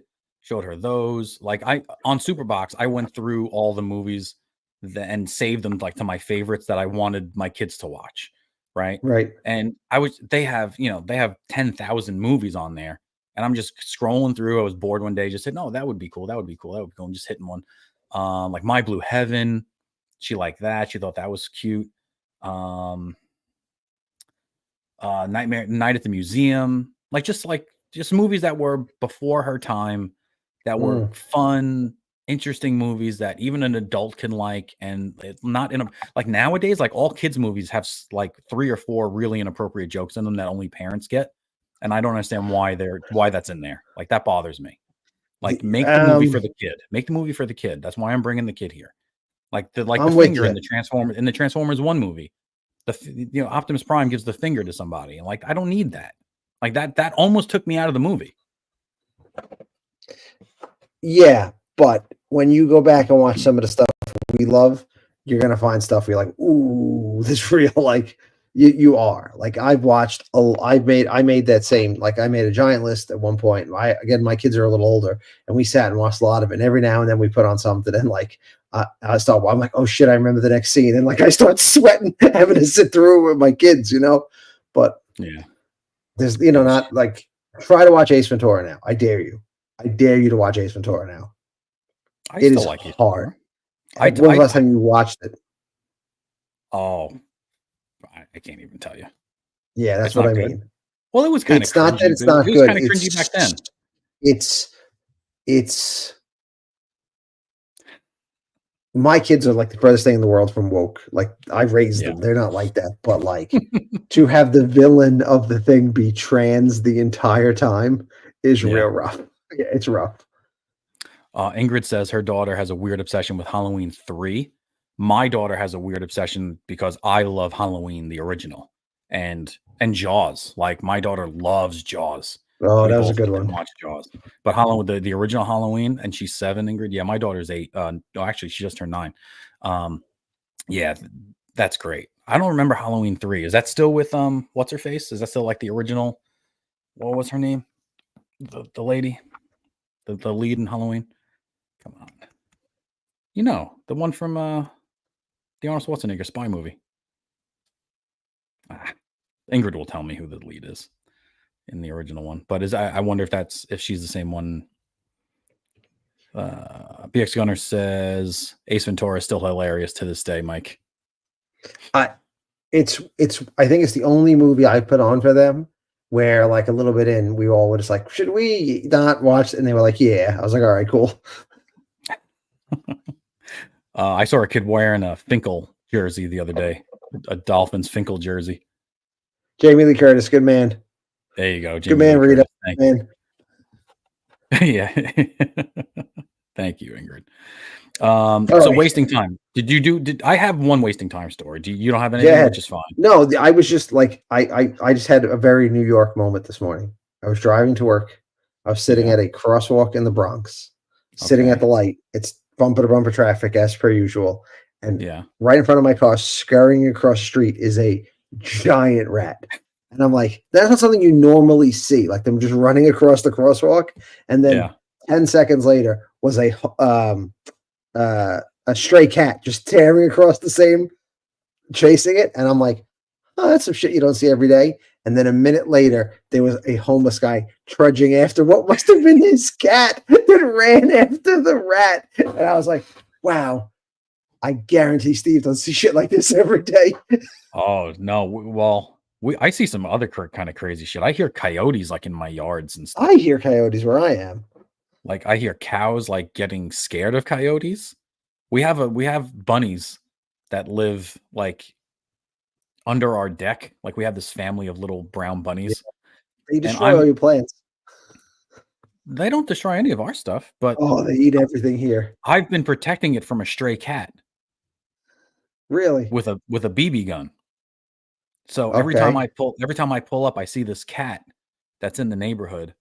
It doesn't have a collar. And everyone on the Facebook page keeps telling the person, please get your cat, please get your damn cat, please get your damn cat. Well, I've been taking it in my own hands. I'm reaching this shit. I'll protect you, ma'am. And I got his cowboy hat and his Red Ryder BB gun. It is a Red Ryder BB gun, an official Red Ryder BB gun that I bought from my son for Christmas. That we keep, You're Ralphie from Christmas Story. I am. I'm Ralphie from It's all right. And I go out and I don't shoot the actual cat. I just shoot towards the cat because I don't want to hurt it or kill it. But I'll shoot at it so it runs away because I'm protecting those little bunnies, man. Those little bunnies make me so happy every time I come home and see them. Yeah, Big Gunner called me Ralphie too. That's me. Dude, one of my favorite things about living up way north of the city now is sitting out at night, and I will hear 3 or 4 coyotes go off. Yeah. Mm-hmm. And then the woods explode with the sound of coyotes, and then you hear something like moan and whimper, and then silence. And I'm like, wow, that's pretty cool. Travis Mitchell says, dropped into a Judd Apatow level conversation. Ha ha ha. Judd Apatow is a comedian, yeah? Yeah. I'm pretty sure. No, he writes movies. Oh, does he? Yeah. Well, I'm glad we're at 40-Year-Old Virgin and all that. Well, Travis, welcome to Wasting Time, where we are basically Judd Apatow level conversations the whole time. So you picked a good spot to jump in. So I like to think, Mike, that you saw Tom and Jerry run across the street there, like a real life Tom and Jerry. Dude, it was just it was such like you see rats, but to see one just scurry across like right on the crosswalk, I was like, yeah, that's fucked up. And then a cat, I'm like, oh, all right, that makes sense. And then to see this homeless lady scamper after the cat, I'm like, is that her cat? Or is she trying to eat it? Like, I couldn't. Yeah, that's what I was gonna say. That's either dinner's getting away from her or her pet got away. Yeah, which could have been the rat. Usually you see the rats in the subways. You see them all the time in the subways. Gunner, you have no idea. Gunner just put up the Bronx is literally a no man's land. You have no clue, dude. Like I say to my kids all the time, the line from Ghostbusters. And like, how was your day? I'm like, I seen shit that'll turn you white. Like, it's wild what goes on. Like the shit that goes on where I am in the Bronx is wild. It is wild. All 3 of his kids were born in the Bronx. God bless you. What's Travis say here? I saw a possum carrying her babies on her back at night. and it was the scariest thing I'd ever seen. I then fed it some cut up apples. Good for you, Travis. That's really nice of you. However, you don't get rid of rodents by feeding them. No, definitely not. That's the complete opposite of what you want to do. They'll just come back. Where do you live, Travis? That you feed the possums. You painted his fence last week. Oh yeah, right. Yeah, I flirted with his friend's mom or something. I shook my tush at her or something like that. So go ahead, your wasted time story. I'm sorry. My wasting time story. No problem. So if you have been listening for a couple of weeks, you might know that we are very, very big Oasis fans. And Oasis, we did a whole show on the Oasis reunion and the tour that they're going to go on, right? So we said on the show that if Oasis comes to America, we were all going to get together and go to a show. Well, Oasis put up, I think, 6 shows in England and Ireland, and all those shows sold out. And after those shows sold out, they decided, let's do a North American tour. And they're going to do New York, Chicago, and LA. They were going to do one show in each city. Then they got so much, publicity from it or interest in it that they added second shows to all of the dates. So we're getting a whole bunch here. Let's see. We got some comments. Let's talk about that. Rito said there's a good chance they're going to fist fight halfway through the tour and it'll be over, and that is definitely a possibility with Oasis. But we are invested now. Yeah. A Gunner says a possum rolled up on me the other night, sitting out front smoking a cigarette. LOL. I jumped and screamed. I screamed. It did as well. That's amazing. You're outside smoking a Bernie, and the possum rolls up on him. Yeah, you can tell he's originally from the Bronx. Yeah. Mitchell says I live in a condo behind a Cumberland Farms. So I hear a lot of crackheads screaming like some green goblins outside, and sometimes I'll imitate them out my window just to piss them off. I meant, what state do you live in? But okay, well, I'll take it. He's in the state of screaming at crackheads, Steve. Yeah. Rito's back and Ingrid's gone. Crazy how that worked. They'll fist fight midway through the tour. Yeah, they probably will. The Oasis boys. Back again, Oasis on your list. Yeah, it might be. You have to stick around. Oh, he lives in New Hampshire. Travis Mitchell says he lives in New Hampshire, birthplace of the Ninja Turtles. Is that true? Is like the. Is that where they come from? Is that where they're from? Does that mean Eastman and Laird? Right? Is that who it was? The authors? Yes. Does that mean the authors were born there? Yeah. Gunner says, "Damn, I haven't been to a Cumberland Farms in years. Sounds like Orlando Travis." What's a Cumberland Farms? Is that like a store? It's like a gas station, like a 7-Eleven. Is it? I think it's a membership one. I think you have to be a member, or you pay a membership to join. Am I right about that? Maybe. Hey, Billy made it. What's up, Billy? How's it going? Billy always makes it. We can always count on Billy. Rito says, love Country Mile in New Hampshire. Is Country Mile another bougie gas station type of thing? Don't know. You really lost control here, Steve. That's okay. Really that's all right. I love talking to the listeners. I think it's great. So back to my story. So we all decided that we were going to go to the MetLife show, right? So me and Mike and I were able to get the pre-sale codes, right? I wasn't able to get any of the pre-sale codes for England, but I was able to get the pre-sale codes for the New York show. And I signed up 4 email addresses and got 1. I signed up 1 email address and got it. So I got lucky. I got real lucky. Because none of the other guys were able to get at all. Right. I don't know how hard they were trying, but we were at work. I was telling people at my job, like, everybody just hold on a second. I got something to do here. So bear with me. And I went online and I brought up both dates. I brought up they're playing a Sunday and a Monday show. It's the Sunday before Labor Day and then the Monday of Labor Day. So I had brought up links for both shows, and I was number 30,000 on the Sunday show, and I was number 2,800 on the Monday show. Now, I didn't want to go to the Monday show because I have to get back to work on Tuesday. I didn't want to fly out after, and I couldn't take another day because then you're extending the holiday weekend. So I ended up getting tickets for the Monday show because I thought I could use the promo code twice. I was under the impression I could use the promo code twice. So I was like, well, I'll just get the I'll just get the Monday show because I'm so close to the front of the line, and then I'll just go back and get the other ones. Well, I went back to get the other ones, and they wouldn't let me use the code again. So now I'm screwed, right? So Mike got 4 tickets for the Sunday show, and now I have 4 tickets for the Monday show. Now I'm responsible for Sebi's ticket, my wife's ticket, and Joe's ticket. Right. So now, I mean, Joe, you could technically put in your backpack like a little baby, like in a baby Bjorn, and take him in. That's I think true. children under 3 are free. But then I felt like I was going to screw everything up because you were going on one day, and the whole point of the whole thing was for all of us to go on the same day. And I really felt really terrible about it, and I felt like I was going to mess up everything. So I was dead set on getting on the computer on the general sales, like the general ticket sales on Friday morning, so for that I the could get Sunday show. for the Sunday show, so I can get 4 tickets to be with you guys, and Joe and Seb can be with all of us, right? I didn't want to screw it up. So then I realized I was flying out to New York on Friday to go to my sister-in-law's wedding in New York. Oh, And yeah. Speaking of which, we'll get there. And imagine I flew to the state you live in and not visited you. I wasn't, dude. I would have. I couldn't. There was no time for me to come visit you. I was in and out of that state. I would have come visit you.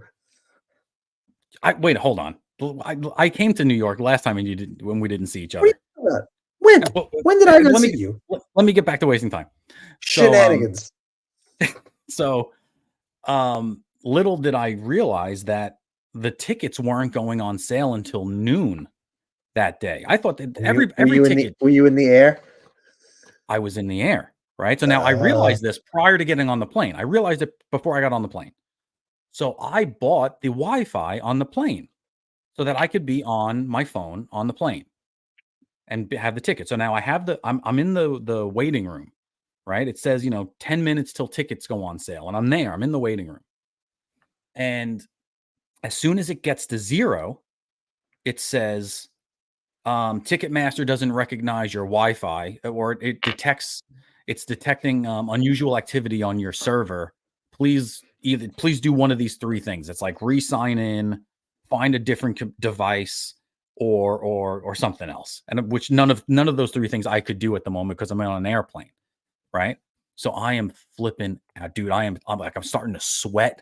I'm like, I don't know what I'm going to do. Like, how am I going to ask my boss for another day off on You that? could have just called me and said, buy tickets. I couldn't because you have an Android and I can't get in touch with you. I can only, so what I did was I texted my brother. I tried texting you guys. It wouldn't go through because it was, I have an Apple phone and you have an Android. It wouldn't go through. I tried texting you guys. So I text my brother and I text my 2 nephews. And I was like, are any of you near a computer, and can any of you get me tickets to a concert? And I didn't know if it was going to go through at all. I was just taking a stab in the dark. I had no idea if my text messages were going to go through, but they did because I was on Wi-Fi. So now he has 12 tickets to Sunday show. So my brother gets back to me and says, sure, what do you need? So I was like, go on to, Ticketmaster. Here's my credit card number. I was like, get me 4 tickets as close to the front row of the 3rd level as you can. Because that's what I got for the Monday show. I got the 1st row in the 3rd level, right? Really, really good seats. Oh, I have terrible seats. Because And I was like thousands of tickets after you. Yeah. I got the 1st row in the 3rd level, like right next to the stage, or a little in front of the stage. They were great seats. So I said to him, I was like, get me as close to the front as you can. He's like, what's the limit on money? I was like, no limit. Just get me the closest to the front row. I'm pulling you from a plane, you son of a bitch. I'm balling. So he gets back to me and he goes, they're $165 a ticket. I'm like, good, get them. Stop texting me. Just buy them. So he did the right thing. He got me 4 tickets. I'm rich, you bastard. I'm painting kitchens, wiggling my ass. Money's not a problem anymore. So I got 4 tickets in row 3 of the 3rd level. So I'm 2 rows behind where I was on the next day, but still very good seats. So now I have 4 tickets for the Monday show. So I decide I'm going to sell those for a mint and try to pay for my trip to New York for that day. So Nicole goes on the internet last night and she goes, Steve, Mav, um, I found tickets for $313. I was like, I think we can do better than $300. She goes, Steve, that's both. Mav, that's both for both tickets. I was like, $313 round trip for both of us. She goes, yeah. I was like, oh man, okay. I have enough points on my credit card to pay for that. Like I charge all the paint that I buy keep to that in paint the couch cushions, you bastards. to to wiggle my ass for people when I buy their paint. Like I put it all on this charge card. It's the business card, and I have so many points. Like I can buy lots of tickets. So And buy I was and like, sell yeah, all you people. yeah. So I buy the airfare and then I go on to StubHub because you're not allowed to sell the friggin' tickets anywhere unless it's for face value. Like Ticketmaster won't let you sell the tickets on Ticketmaster You're unless not it's face even value. getting them until the Friday before the show. I know, and I Yeah. put that in, and you have to put that on StubHub. But I'm asking for 500 a ticket because on StubHub there are people again, this is row 1. People are in row 14 of the same section asking for 600. There are people in row 3 asking for 750. So I was like, I'm going to come in I'm going to come in a little lower. I'll come in 500. And I was like, all the cheaper ones, like every show is sold out in North America. So it's good. There's going to come a time where all the $200 tickets are going to be sold, and all that's going to be left are my $500 tickets. And I got a whole year for it to sit and marinate. So When we were looking like in the queue waiting, I went on StubHub, and before the sale had started, they yeah, already had dozens and dozens of tickets for sale. I don't even understand how the hell that's possible. yeah, I don't understand that either. I don't get that either. But yeah, so we got the airfare. I got my tickets on StubHub. The tickets cost me $750 after taxes and fees for 4 tickets. So if I sell them for $2,000, I don't know how much StubHub takes out, but let's just assume they don't take any. I'm just going to make believe they don't take No, if anything you out. So put normally, like I sold tickets recently with through Ticketmaster, and I asked for 5, so they set the price at 560. oh, really? Yeah, they Oh, just upped the price from the I asked for okay. 3 rather, and they upped it to Right. 360, I Well, think. I set the ticket price at 500. So I'm probably Yeah, going so to I get think let's say there's a 10% charge. That seems Mm. high, but let's say there's a 10% charge. So that would be $200 down. So that means I would clear 18 minus the 750 would leave me with 1050 profit. And that'll pay for my $300 tickets airfare. because then my tickets cost me 750 like for me to go to the show. Mm. So that'll still leave me with $300 profit and I get to see the show for free, right? I essentially get to see the show for free. I'll make $300 and it'll pay for the whole trip. Make believe I don't even have the points.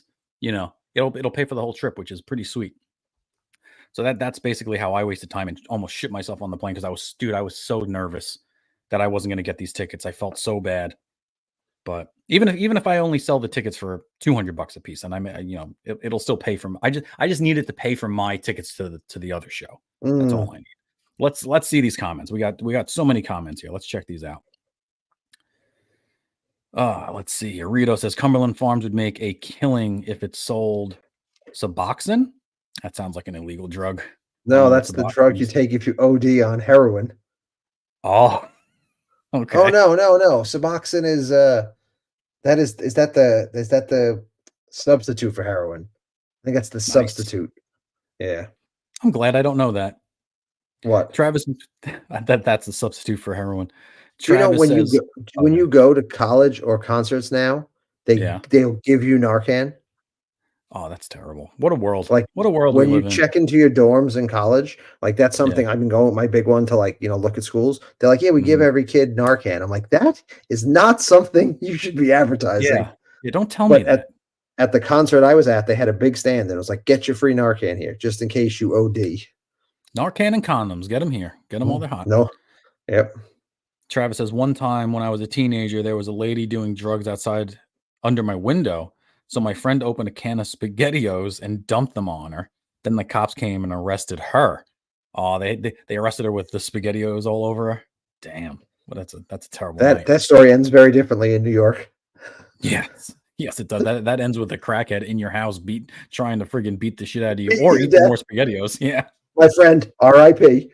for Yeah. SpaghettiOs on a crackhead. And now Ingrid he's just dead.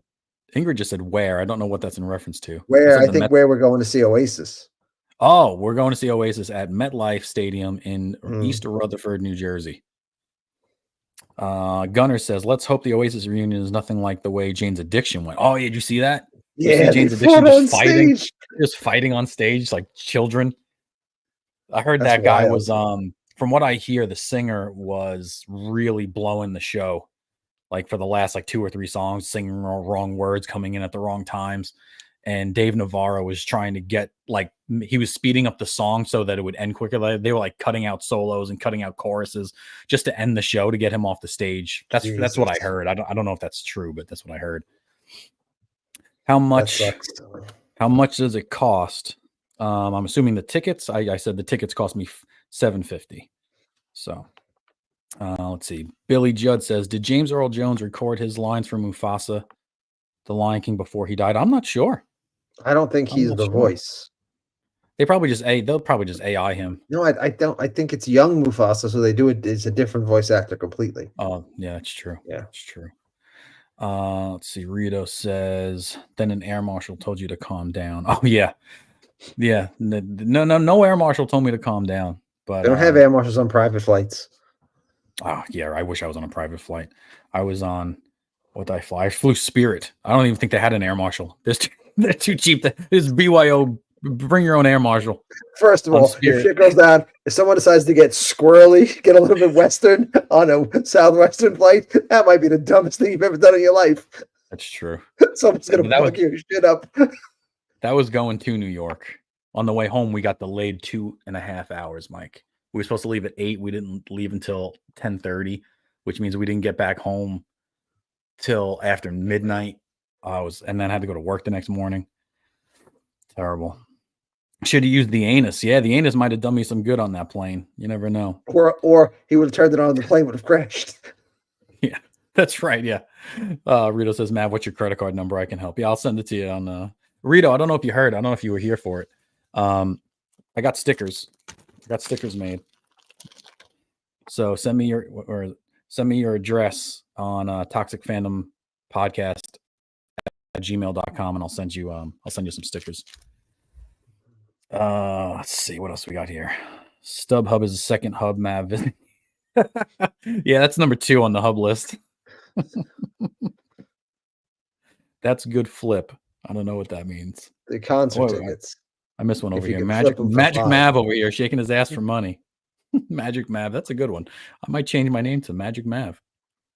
Oh, yeah, that is a good flip. Yes. Thank you for putting things into context for me, Mike. I don't know what I'd do without you. Travis says, just went to see Rick Springfield and Richard Marx together, who were fantastic, and the guitar tech was having beef with Rick. Accidentally smacked him in the face with a guitar. It was great. Wow. Richard Marx. Remember Richard Marx? No. He had like one song. He had a mullet. I should pull up Richard Marx. What song did he sing, Travis? What was his big hit? Richard Marx. I remember. Everyone knows Rick Springfield. Mm. Right Here Waiting. He sang Right Here Waiting. Can't Fight This Feeling. That's all right. Hit. I do know those. Take It on the Run. That's a big hit. Oh, he sings a lot of good songs. Were they good? Besides the fact that he got hit in the face with his guitar. I love Rick Springfield. He's pretty cool. Jesse's girl.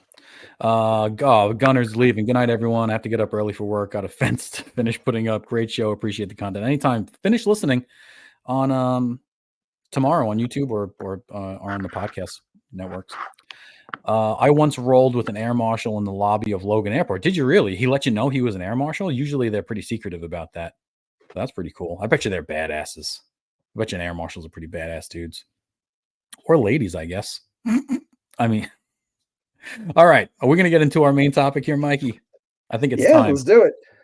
All right. So what we wanted to do last week, Mike told us about a festival that he went to, a music festival. What was it called? The Ocean's Calling. Yeah. Ocean's Calling Festival in Maryland. Nicole listened to the podcast and she said it sounds like a bunch of fun and that she will definitely be in if we want to do the bourbon one. or Country Calling next year. Or Country Calling. Same spot, Country Calling. It'd be fun. Yeah, Travis put up here. Don't mean nothing. Endless summer night. Should have known better. Satisfied the way she loves me. If you've been to a grocery store, you've heard all of them at some point. That's true.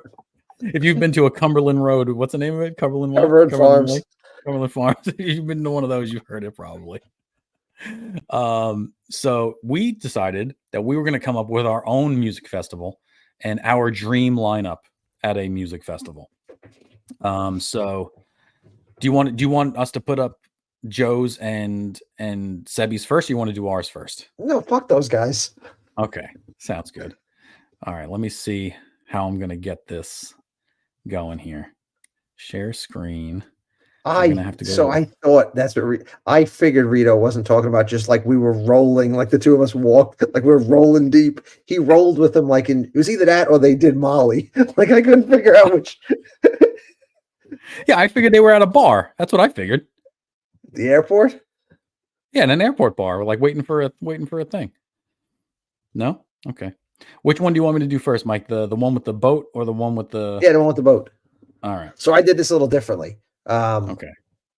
I thought about the festival I just went to, and it was fun. And I thought about all the things I didn't like. You know what it was I didn't like? The people. What didn't you like? The people. Of course. People. I don't like people. Yeah. You hate people. No, it's I don't need to be at anything that has 100,000 people at it anymore. So I decided, you know what we should do is put it on a boat. Because I don't know if you've seen like the Impractical Jokers or the comedian Bert Kreischer. Lots of those guys are doing like their own cruises now, where they rent out a boat or a big section of a boat, and then it's all their fans. So I thought, oh, we could do this for a music concert. So I came up with the Flannels and Floaties Fest. 5 days, 4 nights of 90s shenanigans. That is amazing.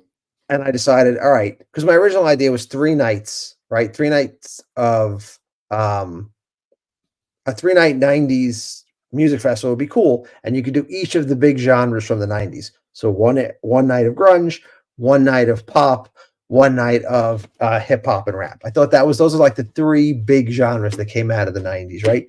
Yes. But as you start going through the list of the artists from that era that I would want to bring, dude, you need to do like a in memoriam section for the music we liked in that. Dude, there's nobody left. There's nobody left. The rules were we could bring back the Dead as a hologram. Yeah, I know, but I decided I would like let me see if I can just do bands that are still together and still performing. So I made a list of like the 10 best grunge artists, right? I thought Pearl Jam, my favorite. They're still together, they're still performing. No, 2 is Nirvana. Kurt's dead. 3 is Soundgarden. Chris Cornell is dead. Yes. 4 is Alice in Chains.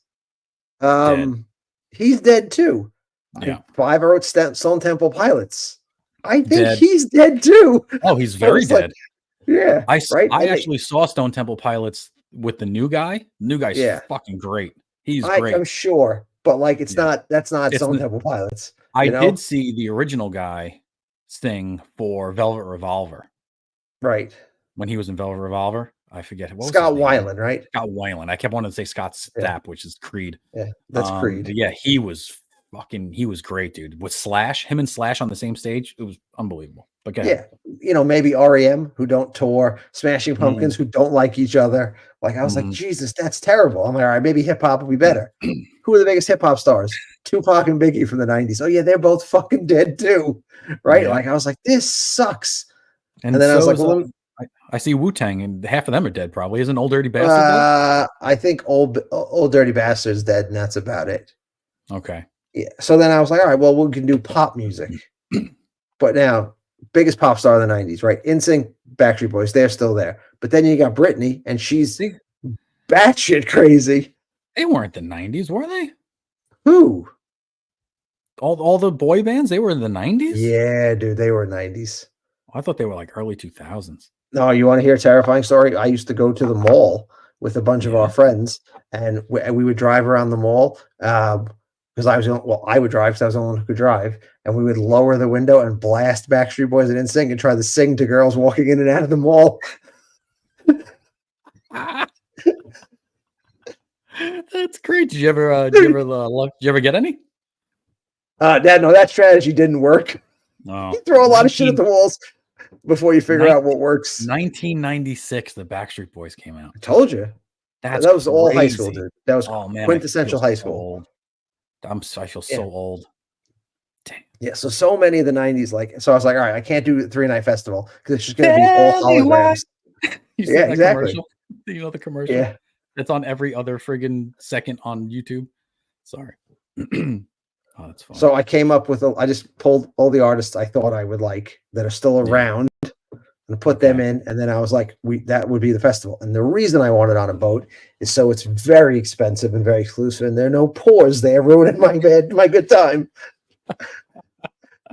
One of the advantages of being a gentleman in his 40s and in a middle class, upper middle class is I do all right, so I can avoid doing shit I don't want to do. I don't want to be around the pores anymore. Oh, that's funny. Yeah. So that's what I came up with. And if you bring out the other slide, I actually came up with activities to do. All right, so the bands. Pearl Jam, my absolute favorite 90s group ever. So the top row there is one day, right? Only grunge. Yeah, we could say that. Pearl Jam, Bush. Well, if it was on a boat, right? It was on a boat. You could have all kinds of. How cool would it be? Have you ever been on a cruise? Never. Don't want to do one either. If you don't want to? No, not at all. Oh, I like cruising. Yeah. If you go on a cruise, right? Yeah. At night, in each of the bars, there's usually a struggling music act performing. How cool would that be to be Bush? You go down to the bar that looks like an Irish pub, and it's Bush sitting there playing music for you. That'd be pretty cool. That'd be awesome. I saw Bush live before I moved down here. They were great. They opened up for amazing the STP. band. Yeah, they were great. Yeah. Still great to this day. I had Pearl Jam, Bush, and then I kind of ran out of grunge groups real fast because they were really into heroin, and a lot of them didn't make it. So you went Hootie, who's great. And I thought Hootie was more pop. Yeah. Or I don't even know, pop rock. What would you call it? Right. But then I picked my favorites of the rap genre from that era, and that's Snoop, Nas, and Wu-Tang Clan. I loved the Wu-Tang Clan as a young man. I loved I haven't listened to it in years, but I loved the Wu-Tang Clan. And to hear Cream on a boat or anything off that the first Wu-Tang Clan album, 36 Chambers, would be amazing to hear live. And then I put Britney Spears because having a woman that's crazier than a shithouse rat on a boat would be amazing. And then you gotta have Backstreet. I saw Britney Spears at Jones Beach, thinking I would come home with a chick, and that's crazier than me driving around the mall by Jones Beach, singing out the window. I didn't think you were crazy. I thought it was a great strategy. It was great. I was 19, 18 years old. Yeah, we were younger than that, but show. I was like, we're gonna go to this Britney Spears show and get some. I didn't get any. It was just moms and their 12-year-old daughters. I was like, damn it. I'm too old for them and I'm too young for them. Damn it. And then I had a lot. I pulled some more poppy or what would you call it? Punk rock, when in Green Day, Bare Naked Ladies, and Alanis Morissette, just to round out the 90s goodness. I thought a 90s cruise would be so much fun. Dress in all 90s clothes, which is kind of the way I still dress. This was a good decade. I'm just going to stay there. So I thought an all 90s cruise would be fun. If you bring up the next slide, I came up with some 90s themed activities that I thought would be fun to do because a cruise ship has all kinds of activities. So obviously you got your live band performances, but then I put all your restaurants on board could be run by old 90s chefs. So Emeril Lagasse and Alton Brown. I don't know if I was a giant Emeril Lagasse fan he probably is the reason I fell in love with cooking so much that I made it a career for 20 years. Oh yeah. Dude, Emeril Live was such a fun show to watch. And then I karaoke night, trivia contests, a dance off, right? We could do all the 80s 90s dances, and how fun would it be to learn how to crip walk from Snoop Dogg on your cruise? Oh, they would actually teach you? Some of them. Britney Spears teaching a dance class would be wild. I mean, I'm That paying would all the be. monies. And then I thought it'd be a good idea to do 90s music, 90s movies at night. So I went back and found the most 90s of 90s movies, not movies that were good in the 90s, but movies that felt like the 90s. So Yeah, Clueless. Clueless, Can't Hardly Wait, Chasing Amy, Empire Records, American Pie, and She's All That. They just feel like that. You Those are don't like get what my high school teenage years were like, were those movies. Or that's what I you don't get wanted them to be like, you don't get right? any more 90s than that right there. No, Chasing Amy, Can't Hardly Wait, She's All That are so Clueless is very West Coast 90s, but those Yeah. other ones I thought were just like quintessentially what we were trying to be in the 90s, right? That's what we were trying so desperately to be. So yeah. Vinyl, what's the vinyl listening lounge? Relax in a cozy area with vinyl records playing 90s classics. There weren't a lot of vinyl in the 90s. You I might know, want to but the change that best to a way to CD listen to lounge. music, the Oh best, yeah. an MP3 lounge, like MP3 player. With the first series of the iPod. Ones that used to have the mini discs in them. Yes. That's what it should be. Mini, no vinyl. Yeah, you're a mini disc lounge. Just tons of those mini discs. Yeah, That's but great. I just thought I would go to that. Like if that existed, I would go to. You'd never be able to pay for all those bands, but I would definitely go to that if that existed. Like I am more and more wanting to do those kind of like getaway weekends with regard to music. The only thing is like because I was looking at there's one in Hawaii that Pearl Jam does. There's one in Mexico. There's lots of cool like go away for a weekend. I think Luke Combs does one in Florida where he does both nights. One night it's all his like B-sides, and one night it's all stadium hits. And he does and it's just him. Luke Bryan and Jason Aldean do one in Mexico every year. Yeah, I think they'd be fun. Yeah. All right, so that's really you have a lot of crossover artists with my wife. She picked Bush. One of my favorite memories of your wife is her sitting in my kitchen. I think the first time she ever came over to my house. And I was like, what kind of music do you want? She's like, can we listen to 90s hip hop? And I'm like, damn right we can. And we completely, like I was your friend first. And we were like, shut up you. Two white people are going to rap the Wu-Tang Clan now. I lived with the Wu-Tang Clan. I met Method Man a bunch of times. He went to my comic shop in Staten Island, and I have dollar bills signed by him. Yeah, I do. He was a big comic book guy. Yeah, that is true. All right. Before I get into mine, let's read some comments here. Travis says a guy I worked with named Drew is from Massachusetts and went to school with the new kids on the block and says they were douchebags. No kidding. You know who I went to school with, Travis? I went to school with the Impractical Jokers. They all graduated from my school. With them? I didn't know them. They're roughly our age. They're older than us by a couple years. They might have been seniors when I was a freshman. Really? But I went to high school with them. So I can't say if they're douchebags or not. Travis says, have you ever wanted to dump SpaghettiOs on a crackhead mermaid? You know what? It's never crossed my mind. So I don't know what I would do if I ever came across a crackhead mermaid. Yeah. If I had SpaghettiOs, sure, why not? Maybe she's probably hungry. She'd probably eat those SpaghettiOs. I might offer her the SpaghettiOs first as food. Oh my God, you went into deep work. Yes, Mike did do some deep work on this. I love it. I love the dedication to the topic here. You're autistic. He says you're autistic. I might be. Special. He is very special. He's very special. Travis says, and any crimes committed on the boat can be judged by 90s TV judges. That's great. That is what no, not the crimes, like the contests. I don't know if you've never been on a cruise to see, but they always do like belly flop contest and best dad bod and all that kind of stuff. It'd be great if it was just those judges sitting up there judging them. Yeah, if you're going to go 90s, go all in. Oh, Travis is autistic too. Isn't that great? There you go. One of my favorite memories of your wife is a sentence that would get you punched. I was thinking the same thing, Rita, when he said it. I was thinking of horrible things, but I'm a good guy, though. If you said that, I'd be like, you son of a bitch, I'm driving right now to where you are. Okay, so here's mine. I went patriotic. You know me. It's a shock. Right? So mine is called a little bit of everything, and in very small print. Let's see if I can zoom in on it. It says, "Except rap because it sucks." Festival, because I don't like rap. Insane. I know I don't like rap. Woo, woo. All right, get out of here. Get out of here, Mav. Do some of that pilot shit. So it's called A Little Bit of Everything Festival, except rap because it sucks. So the way I went about this a little bit differently than the other guys. I went about this as I thought each one of us, me, you, and Seb, were going to have 1 day festivals each. Yes, that and was each one of us. clearly the first discussion we had, but I went completely rogue. Yeah, That okay. was completely the idea. But so did Seb. So I thought I was going to be 1 day, you were going to be another, Seb was going to be another, and then we would put it up to the listener and let listener decide which concert they would want to go to.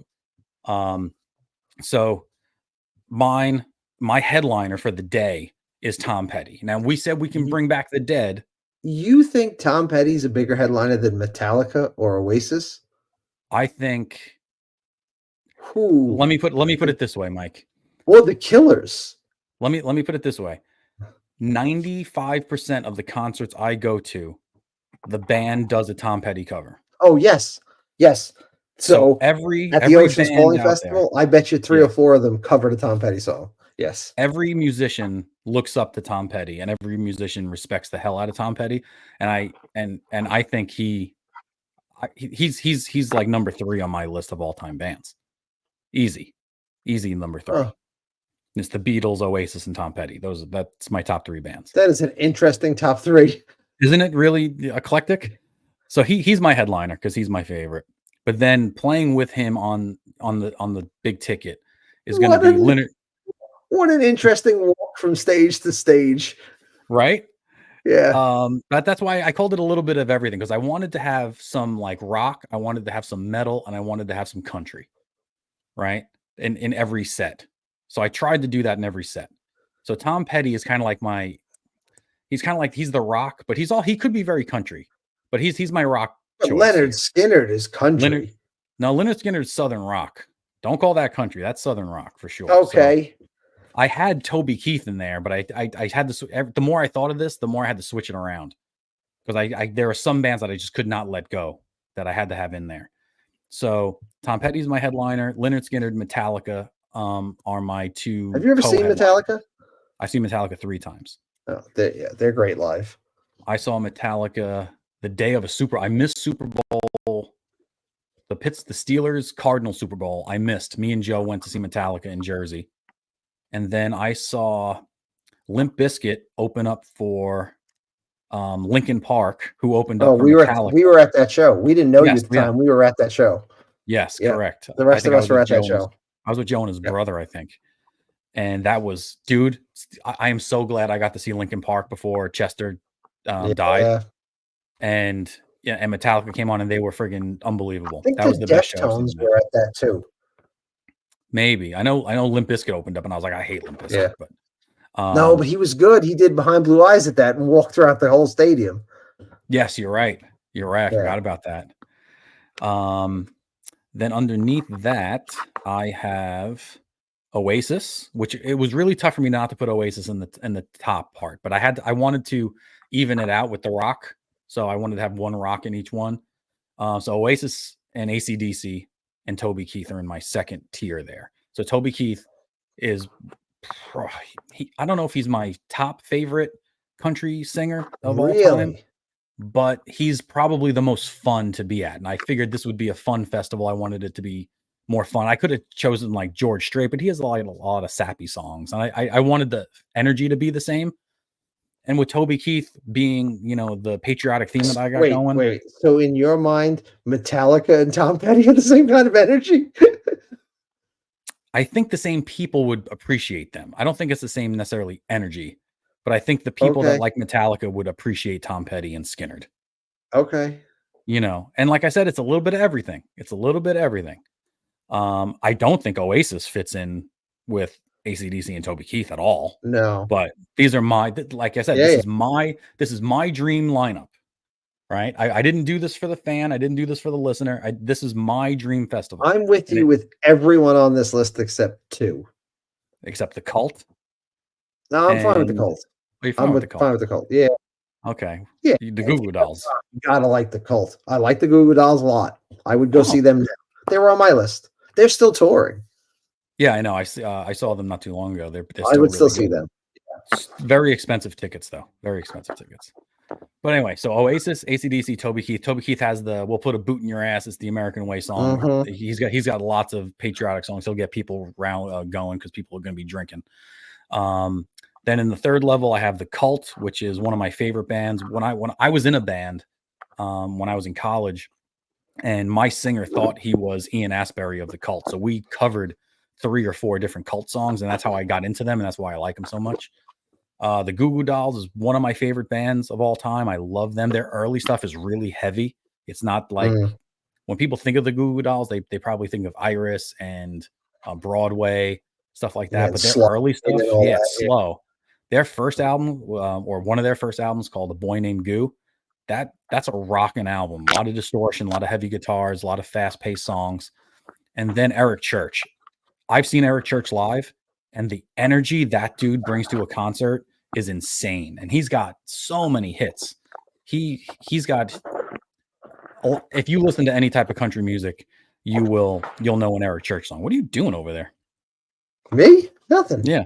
Oh, I'm listening. I'm sorry. No, Yeah. I'm hearing lots of like it feels like you're touching the mic or something. But my third level here. This where where our differences Yes. come in on my fourth level? This is where we come. This is where All our right, so you differences are. probably don't know Blackberry Smoke. I don't. Okay. You love the Killers, I know that. I do like the Killers. And I just saw Dierks Bentley 2 weeks ago, and it was the best country show I've ever been to. And I've I been just to think there are better country artists than Dierks Bentley. there are better country artists. I had Kenny Chesney in there, and I took him out. I've seen Kenny Chesney 3 or 4 times. There are tons of people better than Dierks Bentley as far as Like if you're gonna do this, like, and it just Yeah. doesn't matter, like, because Yeah. these guys are opening, like, fuck it, Luke Combs, like, let him open the show. I've seen Luke Combs, and Luke Combs is great live. Yeah. But you have no clue how many number one hit. Dierks Bentley has like 28 number one hits. How many does Luke Combs have? I don't know. I'm not saying he has 13 or 14 at this point. I bet you're right, and I'm not taking anything away from Luke Combs. I love Luke Combs. Like I said, I've seen him live, and he's amazing. But I just came from a Dierks Bentley show 2 weeks ago, and it was the best country show I've been to in 4 years since I've been here. And I see probably 10 country shows a year of different people. So he's a lot of fun, and that's why he's at the bottom. He's there to get the crowd going. You know, he's there. That's what that whole section is there for. The Killers, obviously one of my favorite bands. We talk about them all the time. And then Blackberry Smoke. You said you like the Black Crowes. Do you like the Black Crowes? Yeah, the Black Crowes. Yeah, well, yeah. You are going to love Blackberry Smoke because they sound just like them. Really? They sound just like them. They are a good old-fashioned Southern rock band who just comes at you, and there's not a lot of slow stuff. There might be 1 or 2 acoustic songs, but they're really catchy acoustic songs. They're not slow, sappy acoustic songs. I think they're friends with the Black Crowes. They're from Georgia, and that's where the Black Crowes are from. If you didn't know that, they're both from Atlanta, the Atlanta area, and they've been around for like 20, 25 years. And that's the band that I've seen the most in my life. I've never seen anyone more than Blackberry Smoke. Really? I've seen them 6 times, and every time they come back here, I make sure that I see them again. They are fantastic. You will love them. I put them on your list. Whoops. Okay. Put them on your list. And now I was having some trouble with where do I have my festival. So initially I wanted my festival on a beach somewhere because I want girls in bikinis and cowboy hats. That title and that you need to be in North Dakota in front of Mount Rushmore, right? In front of Mount Rushmore. Of Mount Rushmore. That was my second choice. You read my mind. 100%. With that lineup, 100%. Yeah. I mean, maybe not the Cult. The Cult's British, right? But everyone and else. Oasis. So is Oasis. Oh, yeah. And so is AC/DC. And AC/DC Australian. Yeah. But I was thinking the same thing, right in front of Mount Rushmore or somewhere in Big Sky, or maybe at Red Rocks in Colorado. Yeah. But yeah, that was my festival. We got some comments before I go to the other guys' festivals here. Let's see what we got. Mountain Dew and Skull sponsored yours, Rito said. Rito says one of my favorite. Oh, we got that one, all right. He says Travis says, "Yep, I'm convinced Rito is Rito Repulsa, Rita Repulsa's brother from the Power Rangers." I never watched the Power Rangers, so I don't know. Joe definitely watched Power Rangers. That's the bad guy. Was Rita Okay. Repulsa.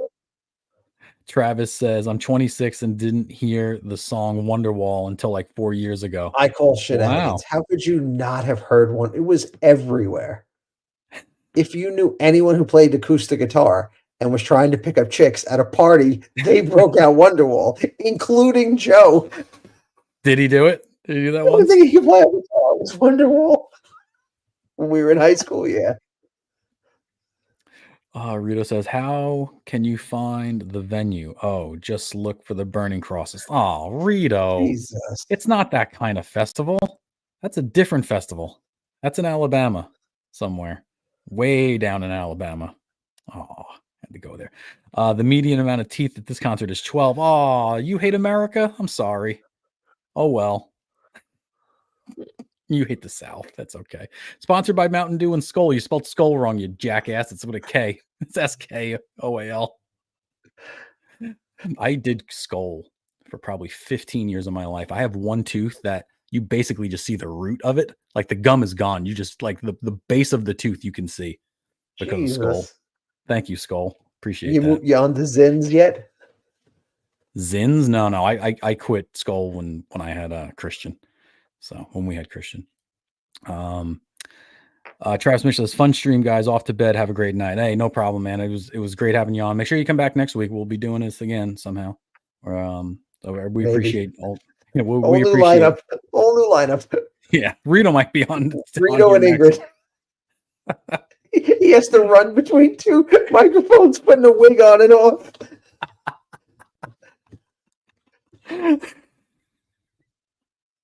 Well, here's Sebby's. It sucks. We hate it. Who does he have? Let's the see. Eagles. So let me see here. Let me see if I can enlarge it. That's what she said. Cruising to the Oldies is his theme. There we go. 3 days at sea with the best bands of the 70s, 80s, and 90s. The day one. Oh, God damn it. So day one is the 70s, right? It's the Eagles. The Eagles. You're giving me a seizure. Fleetwood Mac in Chicago. The Eagles, Fleetwood Mac in Chicago. I like those the are Eagles not a lot. the best bands of the 70s, though. You got Zeppelin. You don't have Zeppelin in there. Chicago. Well, he's going for yacht rock. He's going every for yacht one rock. of those bands is a great band. I actually would prefer to see Fleetwood Mac. I think out of all of them. Oh, I would see the Eagles. 100%. I would see the Eagles. Are they? Is Nick Fleetwood alive? Who cares? This is it was our rules. Yeah, that's right. He's doing holograms. I forgot. Yeah, I'm doing holograms too.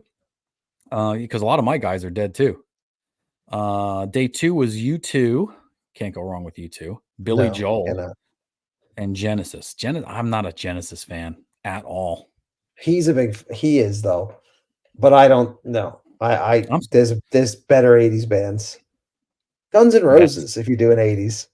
Guns N' Roses, Bon Jovi, Poison, anybody. Yeah. And that was on mine. I was thinking about having a rock, an 80s band, and a country band, but it was going to cut out too many of my favorite bands. So I said, I can't do it. I can't put the hair metal in there. Then on day 3, Pearl Jam, Dave Matthews, and Hootie. That's a friggin' lineup. That's a lineup and a half. Pearl Jam, Dave Matthews, and Hootie. That's a pretty strong day. Yeah, that would be like the greatest. Like I would love that show, but yeah. I would go somewhere for Dave Matthews, but I'd come back for Hootie. I hate Dave Matthews. Do you? They're good live, man. They're so good live. Everyone likes them. Everybody likes them. They're very you got to go. You got to get a little messed up and just kind of groove out. Like they're fun. Pearl Jam is they're insanely good live. They're insanely good live, Pearl Jam. Because Pearl Jam, see, the reason I like Pearl Jam and Dave Matthews, they're one of the few bands who are like, they can read someone's sign and be like, we're just going to play that song. You don't see a lot of bands who can do that. Like I've been to Pearl Jam shows where he's like, oh yeah, we can play that. And they talked and they'll just play that song. Right. I think I saw before they went out on this tour, they did an interview with Rolling Stone. Like in there, they have a clubhouse that they built all of them together to like, so they would stay friends outside of touring. So like they have a place where like when they wanted to get away from their wives, they'd all go and that's where all their equipment is, and they just jam and hang out. And they were doing an interview, they were showing the place off, and they were like, "Oh, we're heavily prepping for the next tour." And he's like, "What do you mean prepping? Why do you guys got to prep? You should know this stuff." They go, "Because we played 150 songs on the last tour." 150 unique songs on the tour. Like that, I love a band. Like that to me that's a band. Like they're gonna do cool covers. They're gonna, they're in New York, so they're gonna do a Ramones song. They're in Chicago, like they're gonna just, they'll pick up wherever they're at and do a song. Like I saw them in Jones Beach one night where Eddie had been to a store in the city, like listening to vinyl, and like he brought it back and they played some weird cover of a like funk band that he had heard on vinyl, and they did a rock version of it. That stuff's very cool to see live. That I would love that. Day 3, I completely agree. Pro Jam, Dave Matthews, Hoot and Blowfish. That would be a wild day. Yeah, I think I don't know who. I guess you got to go Hootie opening, Dave second, and Pro Jam closing. That's what I would say. Just the pace. Like it'd be hard to follow Pro Jam. They can be very up tempo. And when I was making mine, I was in my head, I was saying, I get to pick the set lists. Like this is my dream festival, and they're only going to play the songs I want to hear at this festival. So like with Hootie, I only want to hear the first album. I don't want to hear anything else. No, there's some good songs later on. Plus, I would like to hear him do some country. Break out Wagon Wheel. I was also thinking like they only get an hour each, except for the main headliners. So that's exactly the music festival I just went to. They had an hour each, and the closing act every night had 2. Mm-hmm. So everyone else was stuck to an hour, and like 2, they stuck to an hour. Yeah. Yeah. All right. So let me bring up Joe's. Okay, Joe gave us one. No, that's Seb. There it is. Joe's is called Back from the Dead Tour, and it's going to be on Halloween. That's pretty cool. In Salem, Massachusetts. Too bad listener went to Travis went away. He's in the Northeast. Sorry. Yeah. So many things. Back from the Dead Tour. So I guess all these people are dead.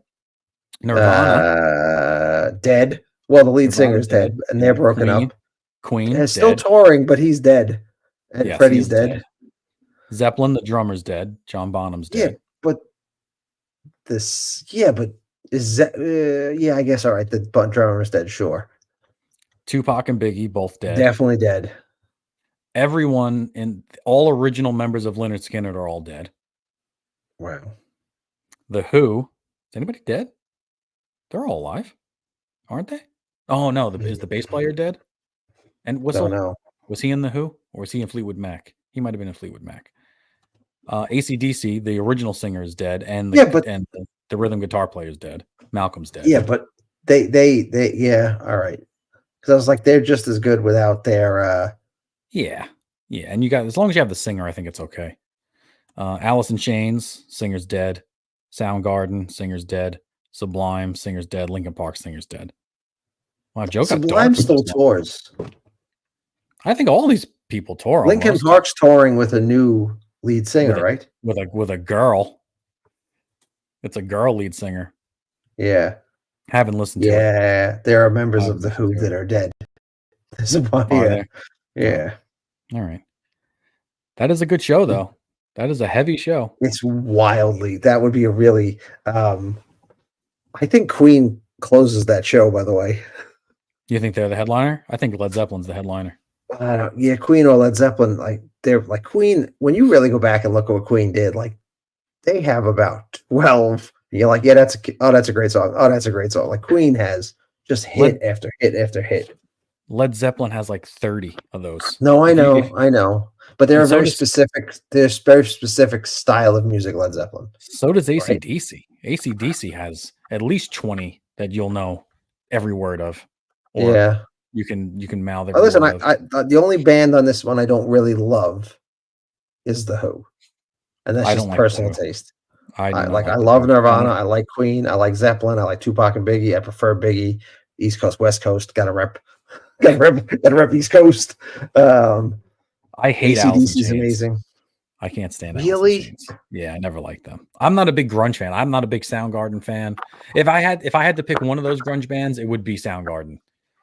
I'm uh, I'm not the biggest Pearl Jam fan. I'm not a Green Day fan. I never liked grunge that much. I That think was Green Day is more punk, but yeah. Yeah, but they came out of the same era. Mm, I like what came after that a little bit more, and what came before. What came before was obviously the 80s hair metal and stuff like that. And what came after was like Foo Fighters and stuff, and I like that stuff better than the oh man, grungy I stuff. think grunge is I that's the music that made me fall in love with music was Yeah, grunge. I didn't like it. But while everyone was listening to that stuff, I was listening to my brother's Poison records and Whitesnake and Cinderella records. Yeah, but they seemed so silly to me.